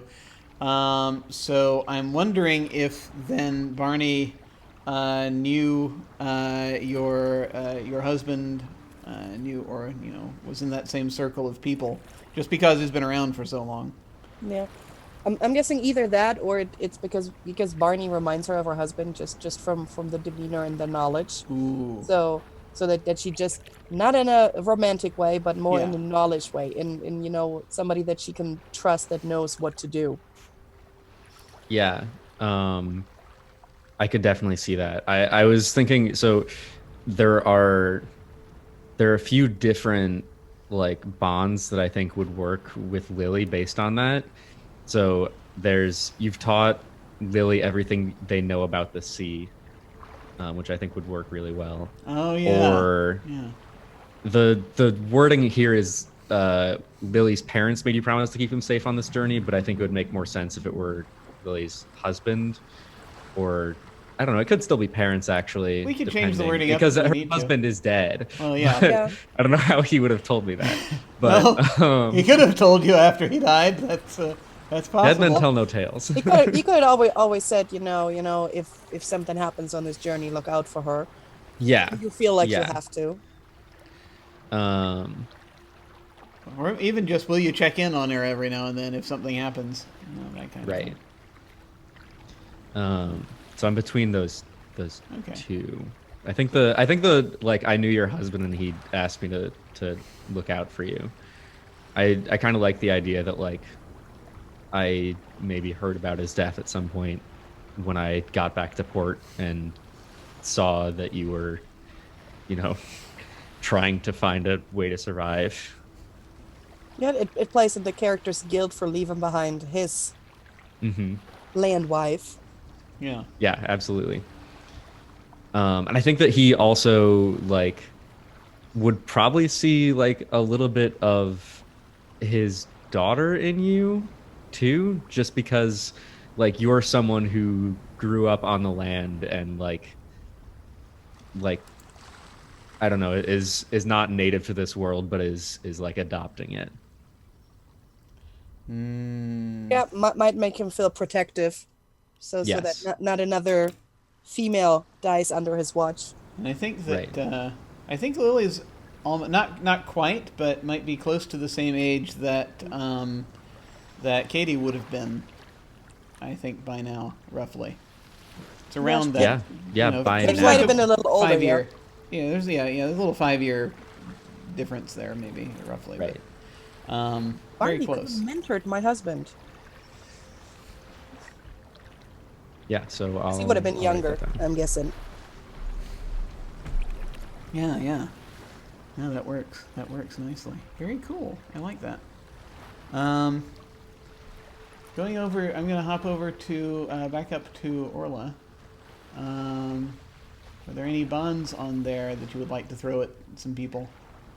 I think the only one from the playbook that would really apply would be it's put in a hand when it mattered and gained my respect. And I think that might be how she sort of gained her respect for Elias as the new captain. Maybe there was an accident, someone was injured, and he really stepped up and, held the bleeding there, stuffed a stick in their mouth, poured the rum, did the whole captain thing, and Made you how not she really- murder him. yeah, how she moved from being, just sort of a fixture of the ship that kind of didn't care what was going on as long as she got to keep moving around and stay with the sea and have people not ask questions about where she goes at night, and sort of became more a part of the crew under this new captain. Oh my God! So I'm seeing almost there was like this division that probably had happened, that probably Barney fueled quite a bit under the previous captain, and that kind of stopped when Elias became captain, to an extent, because Elias actually trusts you and will work with you to to pitch in and help you. It says help you save a life, or basically when it matters. So that's very interesting. Another thought that I had was because Evie was selling herbs, among other things. Maybe that is how they met her originally, was either buying herbs for cooking or buying herbs for healing, things like that. When did her father go missing? Let's see here. Or Sorry, I father wrote died. it down. Oh yeah. About 6 years. Okay.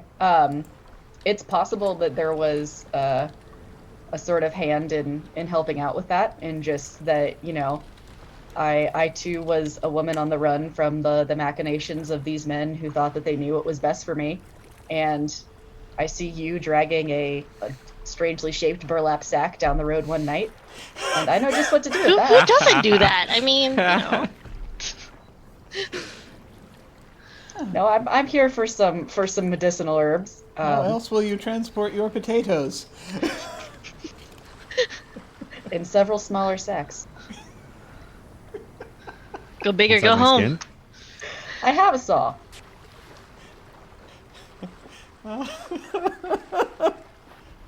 This is good. This is good. I like this. Seals are like the pigs of the sea. You just kind of let them destroy the evidence. I mean, I did say there was no evidence. Exactly. And pigs are good luck.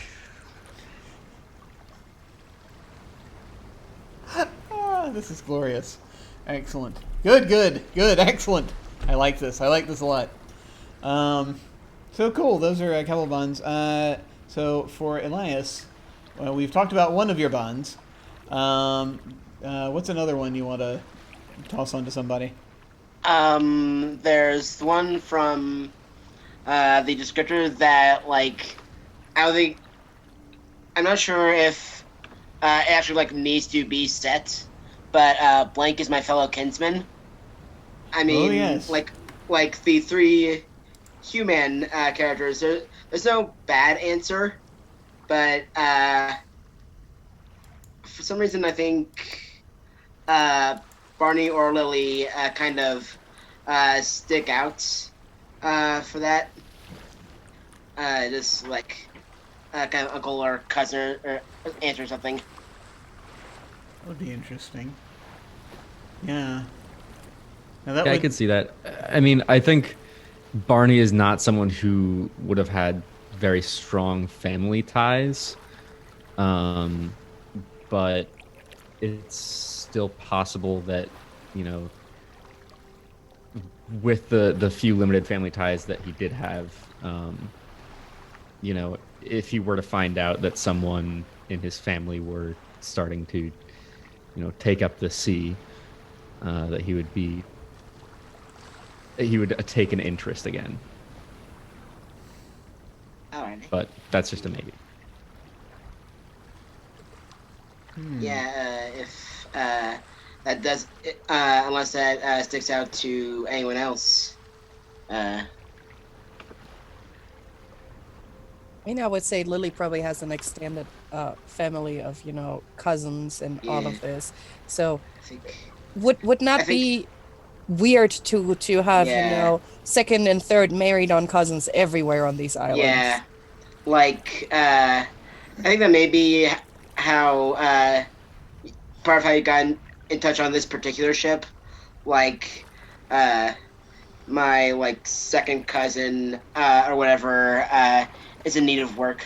So yeah, I think I'm down to set that in with Lily.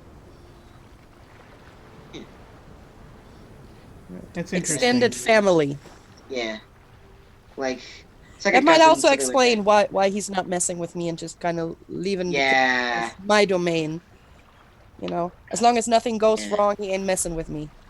Now this is interesting also then for if we go with that, then we may want to either amend or that sort of also somewhat shifts a little bit about Oh yeah. the idea. Well, yeah, no, we can still Yeah. incorporate it. It's just, you know, we just Like, need to roll with it. Yeah, it still Um, kind of works. Well, the interesting thing is, no, I think still that Barney probably was instrumental in eventually her coming around to work on the Beast of Burden, but she did work on other ships Yeah. back and forth for a few years before that. So I'm kind of wondering. I see a couple of potential scenarios there. I'm wondering if Barney initially helped her to get those jobs on some of those other ships first. Either the Beast of Burden already had a cook, maybe inherited from the previous captain, or maybe well, it would have to have had a cook already for a little while, but maybe he tried to get me on like shorter journeys to see if I'm even made up stuff that you know I know how to handle the sea, and that you know I'm not on a long journey, and you know he finds out I can't hack it. Yeah. It could also just be that like I you know, I worked with your husband on a ship some years ago, and you know, I didn't learn about his death until I found out you were going to be on this crew. that could be the case as well. So I mean that's And at which point I had to, you know, make sure I was taken care. yeah, that easily could have been the case too. That actually sounds even slightly more.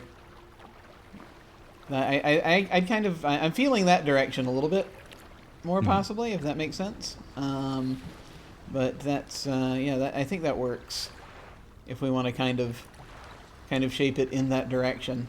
And this is the thing. So this is the thing where you kind of where Barney and Lily and Elias knew each other for a time period before actually working together, and then it turned out that they ended up working together.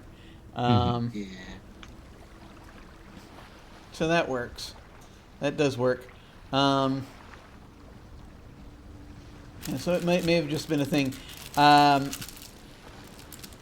where I guess Elias wasn't necessarily putting on. I don't see Elias as wanting to having put off hiring Lily for those couple of years after. He might have just inherited a cook, and once that Yeah. cook decided to leave, Yeah. or we lost him to natural circumstances, he might have been like, now he's established enough to bring some of his family on. Yeah, that makes sense. I'm so worried about what happened to the previous cook now. He made us seem mad. This happens. Yeah.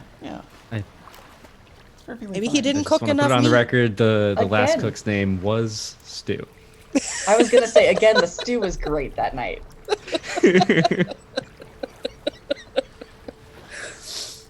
I'll allow it.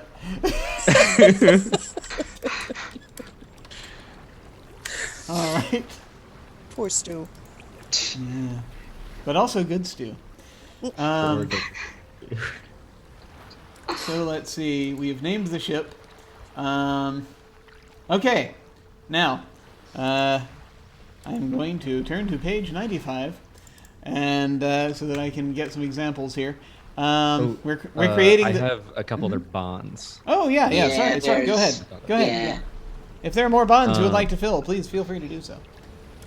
Yeah, so my special bond from the believer descriptor, I put Elias is the only one I can tell about my doubts.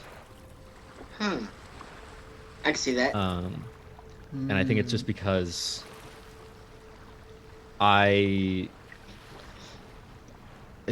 we've been together on this crew for a while now, and I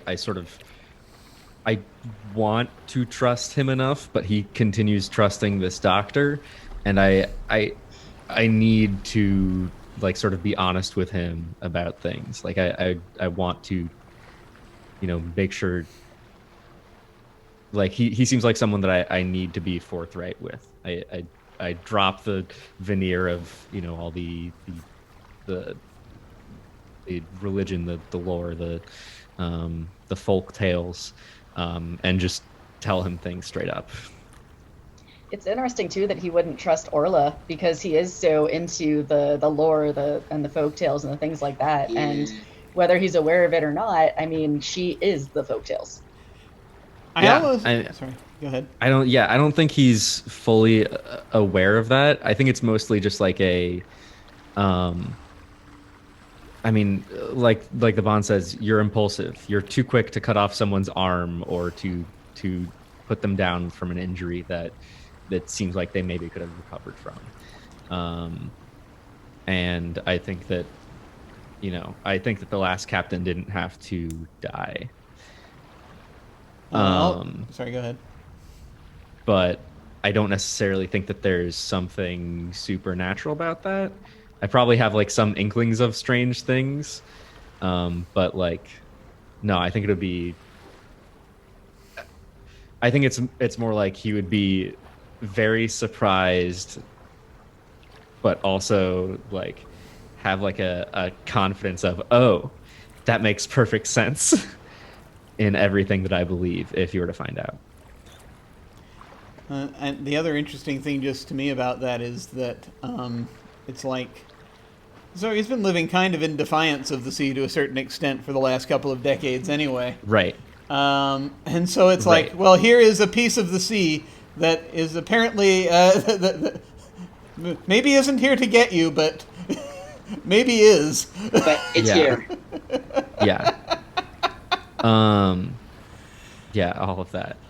And the one other bond that I wanted to add is that Evie hears the sounds at night too.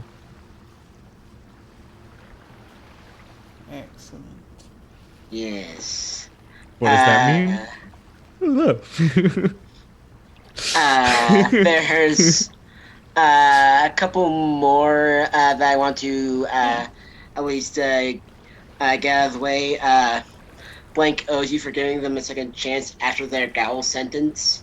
No one seems to have been execution doesn't seem to have been on the table for any of you. So I'm okay with just swiping that aside. Okay, so And- owes you for giving them. Oh, okay, yeah, owes you for giving them a second chance after their jail sentence. Okay. It's a strange, archaic spelling of the word jail. But Yeah, that made me think gallows. So Oh well, I mean, they might have been for the gallows. Yeah. I mean, Evie definitely did like murder someone. There's no There's no proof. evidence. There is There is no no Give proof. her proof. a Body. second chance after she was basically sentenced in the court of the common people, like Yeah. like what people think of her. Yeah. I mean, you could have still given her a second chance. Yeah. You know, And despite everybody thinking, she made her dad disappear. Yeah. Yeah. We can mess with the bond too. We can change the bond. Yeah. Bond up Yeah. to work that in. That works. That sounds good. So, Evie owes me. And then, Blank once stood up to me and refused to obey a direct order, and Blank is the only one to have seen my private quarters. None of the... and for both of those, it's like, I don't think there's a bad answer for any of them, but because of that, no one particularly sticks out. Maybe...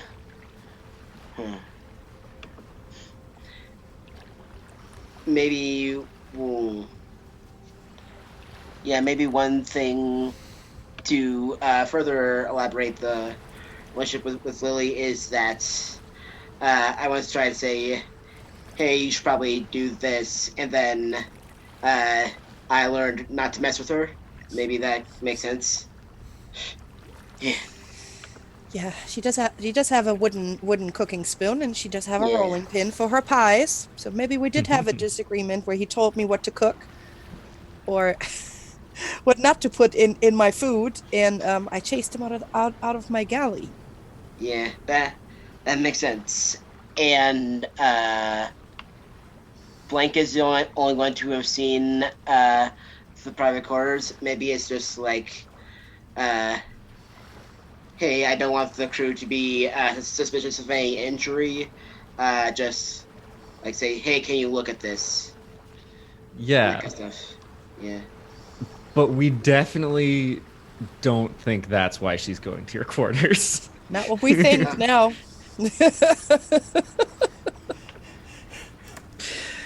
Good job hiding whatever sickness you're hiding. But Yeah. we're thinking something else. Whether those rumors have reached my ears, meh. Meh. I just cook and no things. Yeah. One little thing that's story thing now that's just was in there though, is that this tells me that Elias knows about what happened with Evie, which is interesting because not everybody knows that. Like So it's that's- rumored, yeah. Yeah. Well, I mean, yeah, rumored, but Yeah. Yeah. he's I mean, sort of she's a giving her- well-known merchant, so I feel like the Yeah. captain or like people who are actually interacting with the merchants directly would Yeah, be the ones. probably to heard about it rumors. and was it's like Yeah. interesting. Then he also knows how it is to take over the family business from a father. So he might be Yep. giving her the doubt of maybe she didn't do this and maybe she just needs a lift up. Yeah. And if Yeah. anyone was gonna vouch for her, Orla would have vouched for her with that too. Again, Yeah. just from being Yeah. like a woman on the run. Yeah, In cahoots. that works.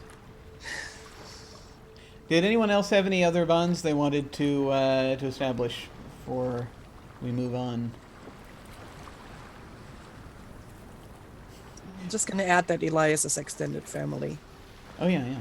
And we can always you can always add more as we go, because that's one of the things to do at the end of the session. At the end of a session is to adjust bonds. So the ship we get to actually do we get to create the ship, which we've kind of been doing.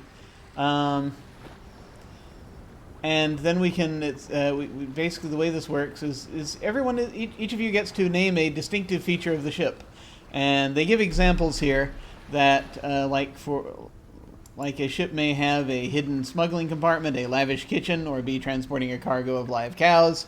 Any number of things about the ship, anything about the ship that you would like to be true, within reason, so. I shall go around again the way we've been going, and I will start again with Orla. If you have something, if not, then we can keep going. So maybe the sort of the ship surgery, the sort of the clinic for the ship is sort of refurbished out of what used to be the galley, like not the galley, like where the prisoners were The brig. where the prisoners used to be. So, there's really no question why there's like weird chains in the wall and things like that.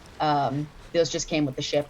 And it gives it a little bit of a sort of a creepy feel, but she's very chipper about it. It's been it's been redone to look very, very pleasant, as long as you don't care about the blood on the floor.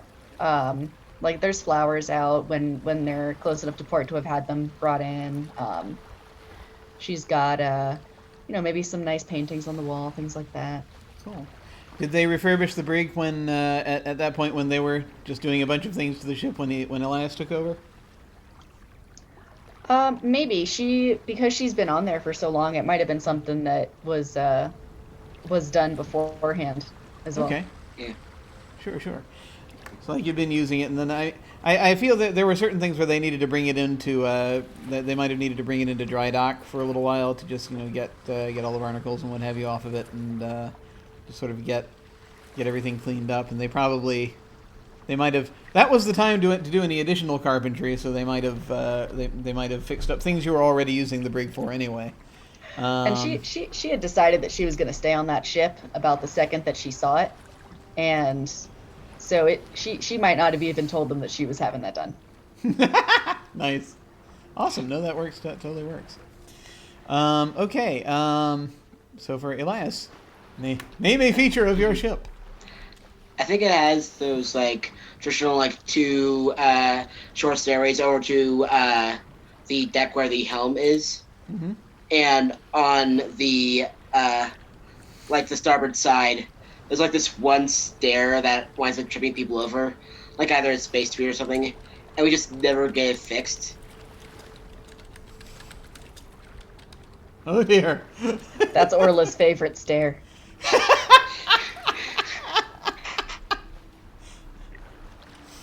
Always remember, when going down the stairs, ascend starboard, descend port. That's very important. You can ascend you can go up there on either side, but if you're going down, go down on the port side. Nice. So for Evie, name a feature of the mission. Name a feature of the ship. So I'm thinking that Evie gets her own room where there's enough space that she can keep some of her merchandise with her, just because it's the higher end stuff. She doesn't want anyone snooping around and stuff like that. But like at the same time, in that room particularly, there's actually like some hidden compartments where she can put her other special merchandise that she doesn't want anyone to like see. Excellent. Good. All right, Speedy, name a feature of the ship.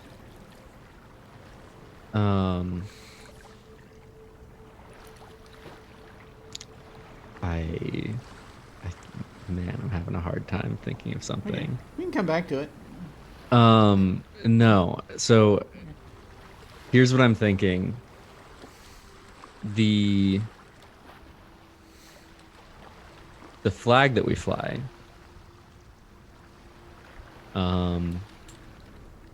is it's a dark blue flag with the sort of drawn out image of the constellation Taurus, the bull. Nice. And that is Barney's design. I like it. That's excellent. Cool.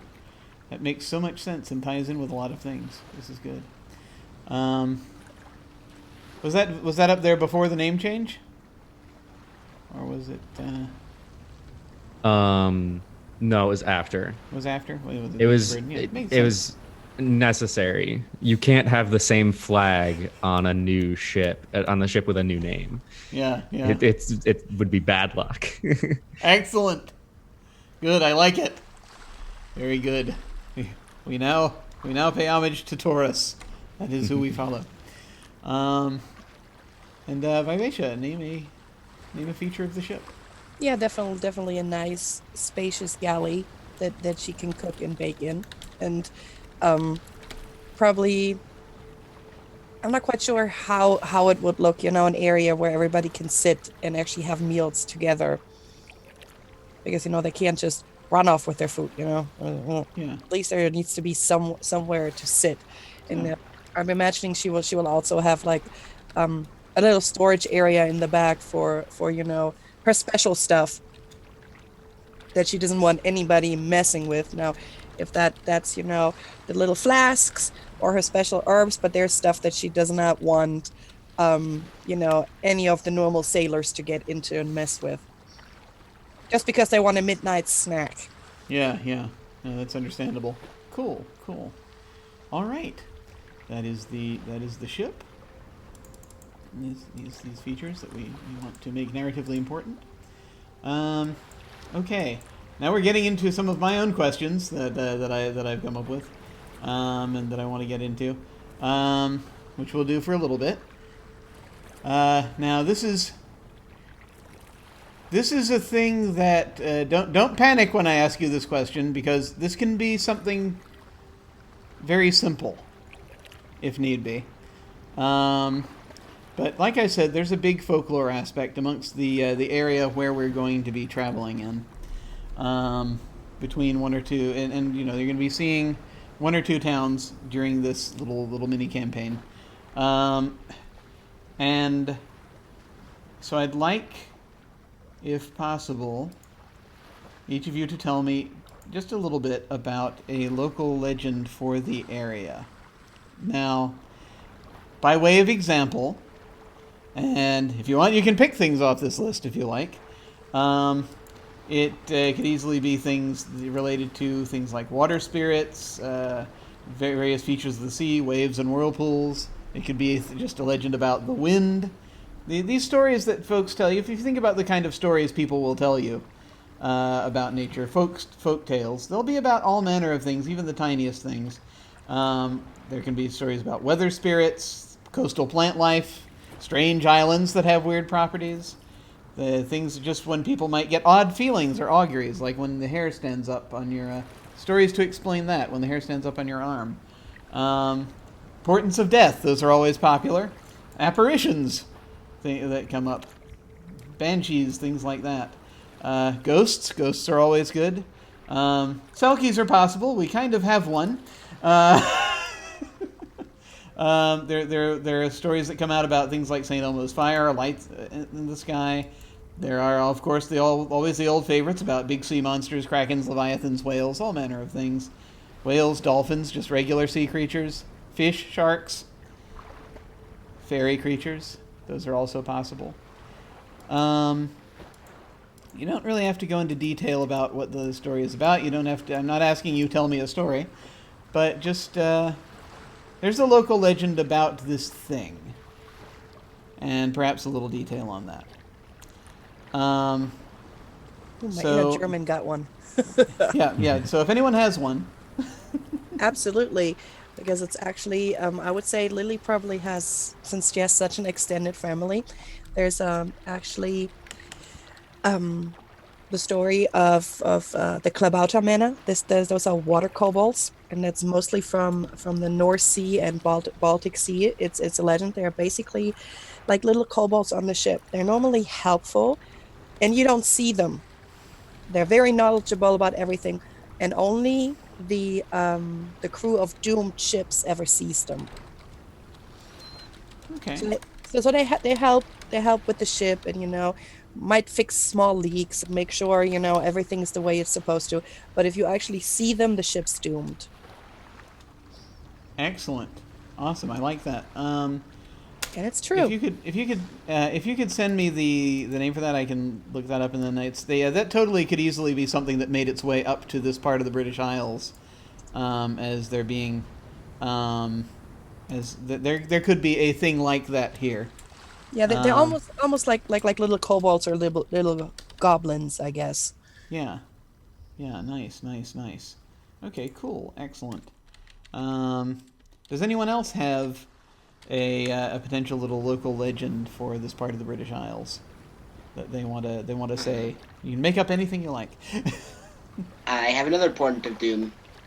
If you hear an owl hoot 3 times and is in kind of a specific, like, almost a rhythm to it, no one actually knows the specific rhythm, but you know it when you hear it. When you hear an owl hoot 3 times, someone's going to die. Whether they're in the room or if they're the person hearing it themselves, it's a bad sign. Excellent. Cool. I like it. Sort of in keeping with the animal theme. Not selkies this time, although that's obviously a thing. I think that it would be known that it is very bad luck to be unnecessarily cruel or disrespectful to any sea creatures. And this might be sort of like the lighthouse, like it's bad luck to kill a gull kind of thing.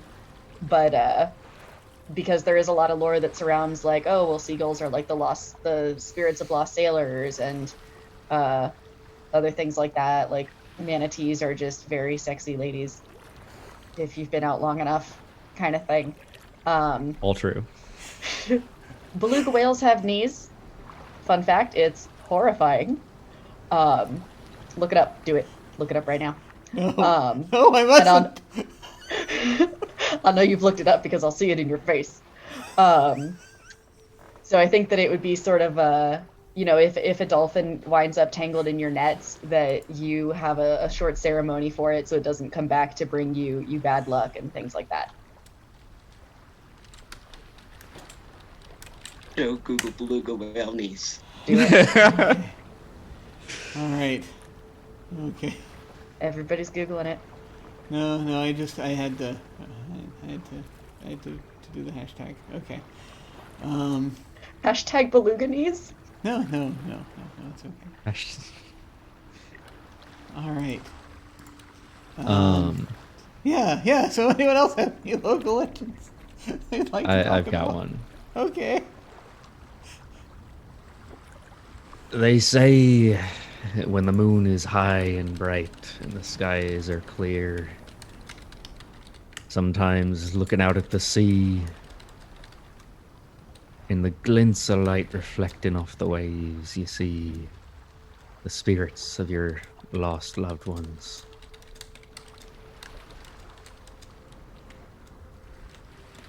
And sometimes those voices call out to you, asking to join them in Davy Jones' locker.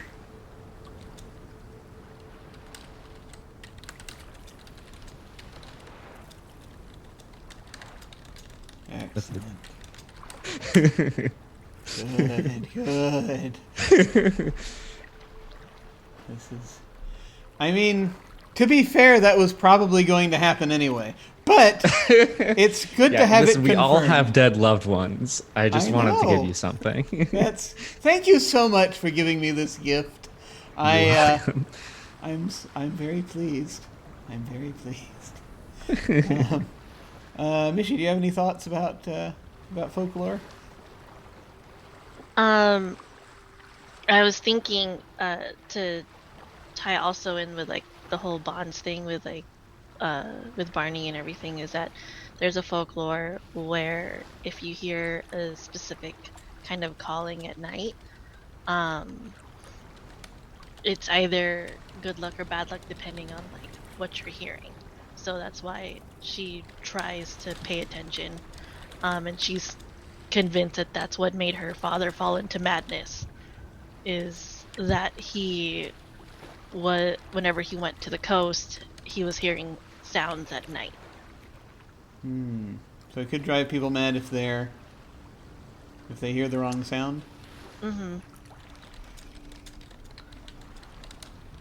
Interesting. I like that a lot. I wonder if there's something that they are supposed What kind to of do. sound do you think it is? I Is it think- like an animal noise? Is it like a... I think an animal noise, like whispers, would be more of the negative sound, and then like singing is more the positive. Like, so it's like whispers, like someone's trying to talk to you, is the more negative route. not shadow people. They're sea souls.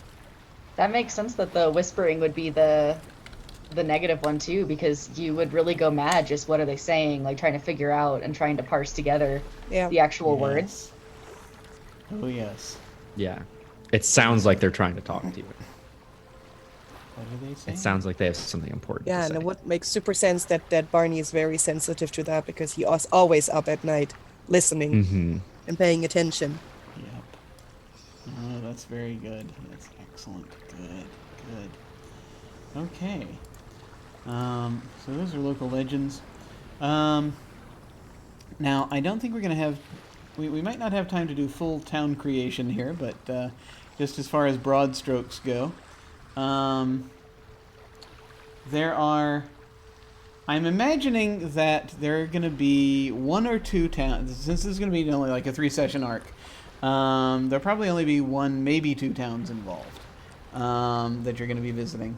And so these are these little towns. Some of them can be islands, some of them can be coastal. But I just wanted to sort of see about the kind of things we're going to be heading for here.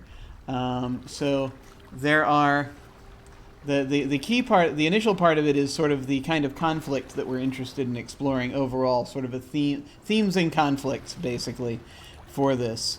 And so it's like so there are things that have like a theme of subsistence, where it's like, when you're starving, desperate, and destitute, how far will you go to put food on your family's table? And so they have things like crime versus starvation, violence versus starvation, exploitation of nature versus starvation, exploitation of nature versus crime, etc. They have a theme of power, where there are those who make the rules and those who follow them. And what sacrifices do you make to free yourself from the yoke of another, or are you better off giving in and taking what you can from the system? And that goes into violence versus oppression, work versus independence, vengeance versus acceptance. There's the theme of the threat of the unknown, which is what you do not know and do not understand could take everything away from you. Family and tradition has made you strong. How much should you open yourself to people and things that are different, and what will you do when you need them to survive?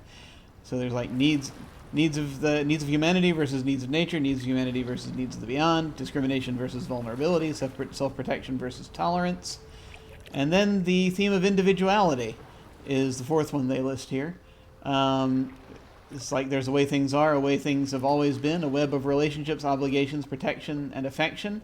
But you want something different, or perhaps you are something different. The true desires of your heart would break those of everyone that surrounds you, and that's like family versus desires, social order versus desires, social norms versus identity.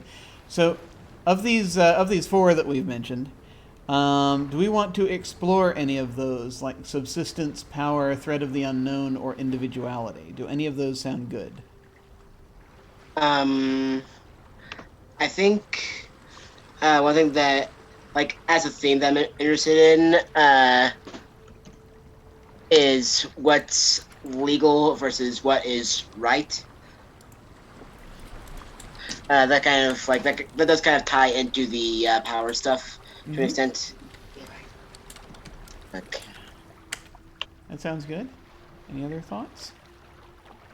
I liked subsistence and the threat of the unknown. Yeah.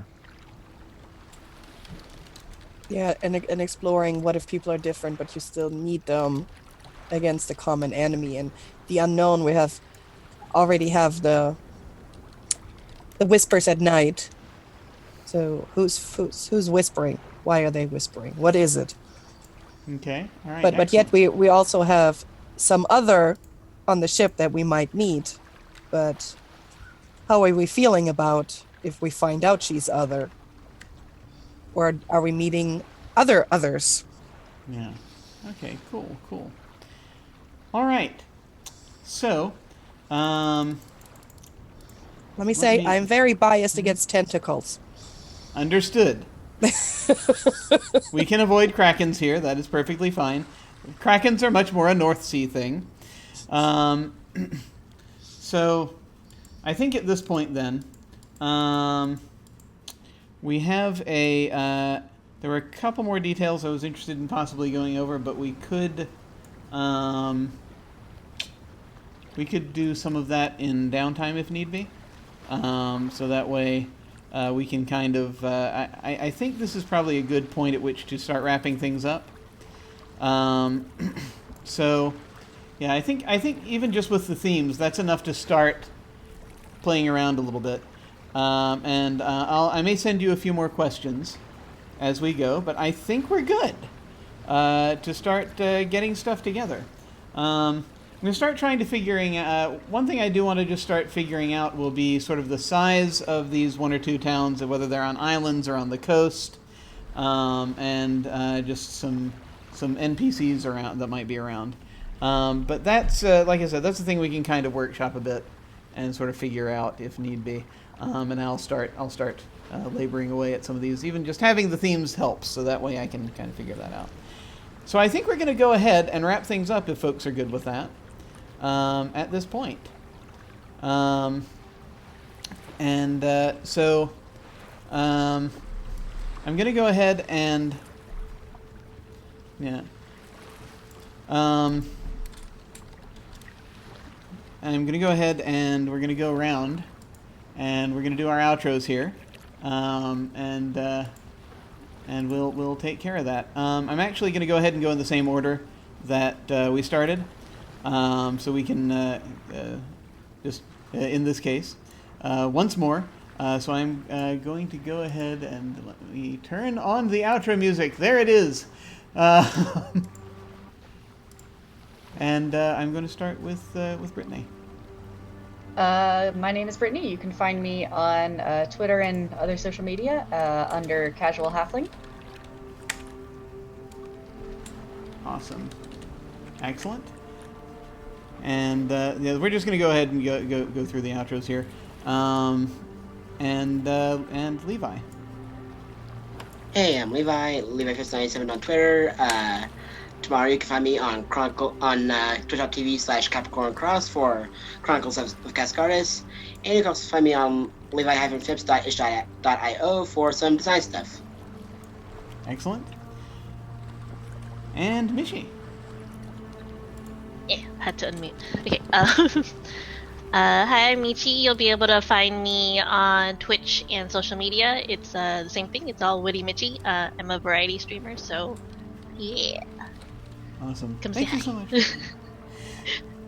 And Speedy, hey. Yeah, my name is Speedy.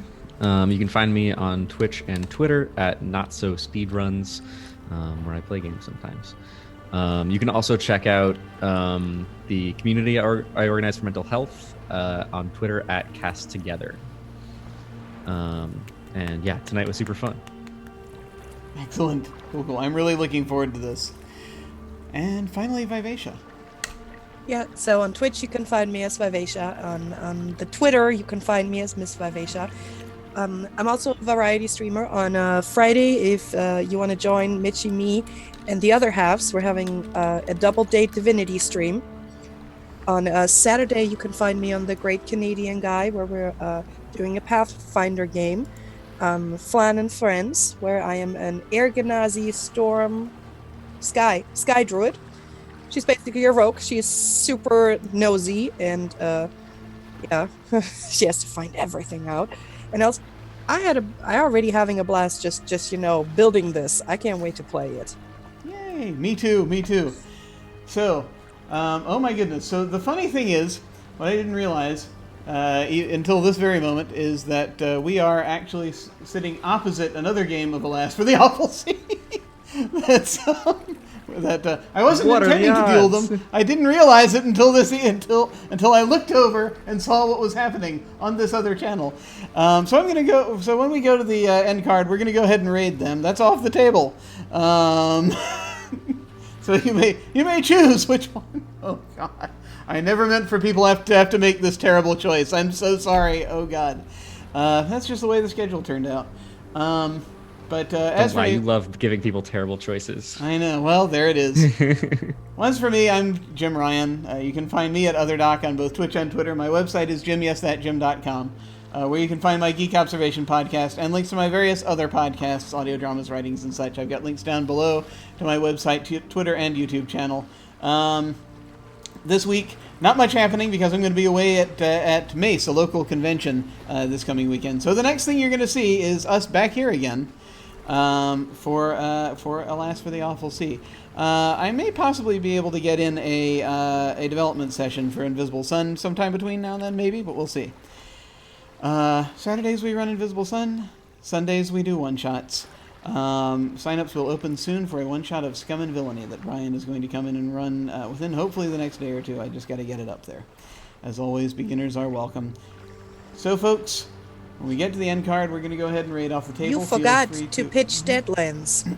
Oh, that's true. I keep forgetting Do not forget that. That is so awesome. It's a thing that I keep meaning to put on the list, but it's there. But yes, on Monday nights, I'm now also running Deadlands over on Tales from the Grim. Which is a lot of fun. I've been running Deadlands for a crazy long time, and I enjoy bringing it to them. We had our first session last night. It was delightful, so I always am looking forward to more of that. So tune into that on Monday nights. So I'm doing that. But we're gonna go ahead now. We're gonna when we get to the end card, we're gonna raid off the table. Feel free to hang on with us and say hi to them. They too are playing Alas for the Awful Sea. It has been going for a while now. They've got a long-term campaign, and there is so much delightful tragedy. Things have been really ramping up on the drama on that. So I strongly, heartily encourage that if you miss this for anything, miss it for that, because it is glorious. So I'm going to go ahead and do that when we hit the end card. Thank you so much for watching, folks. Take care, and I will see you next week. Farewell.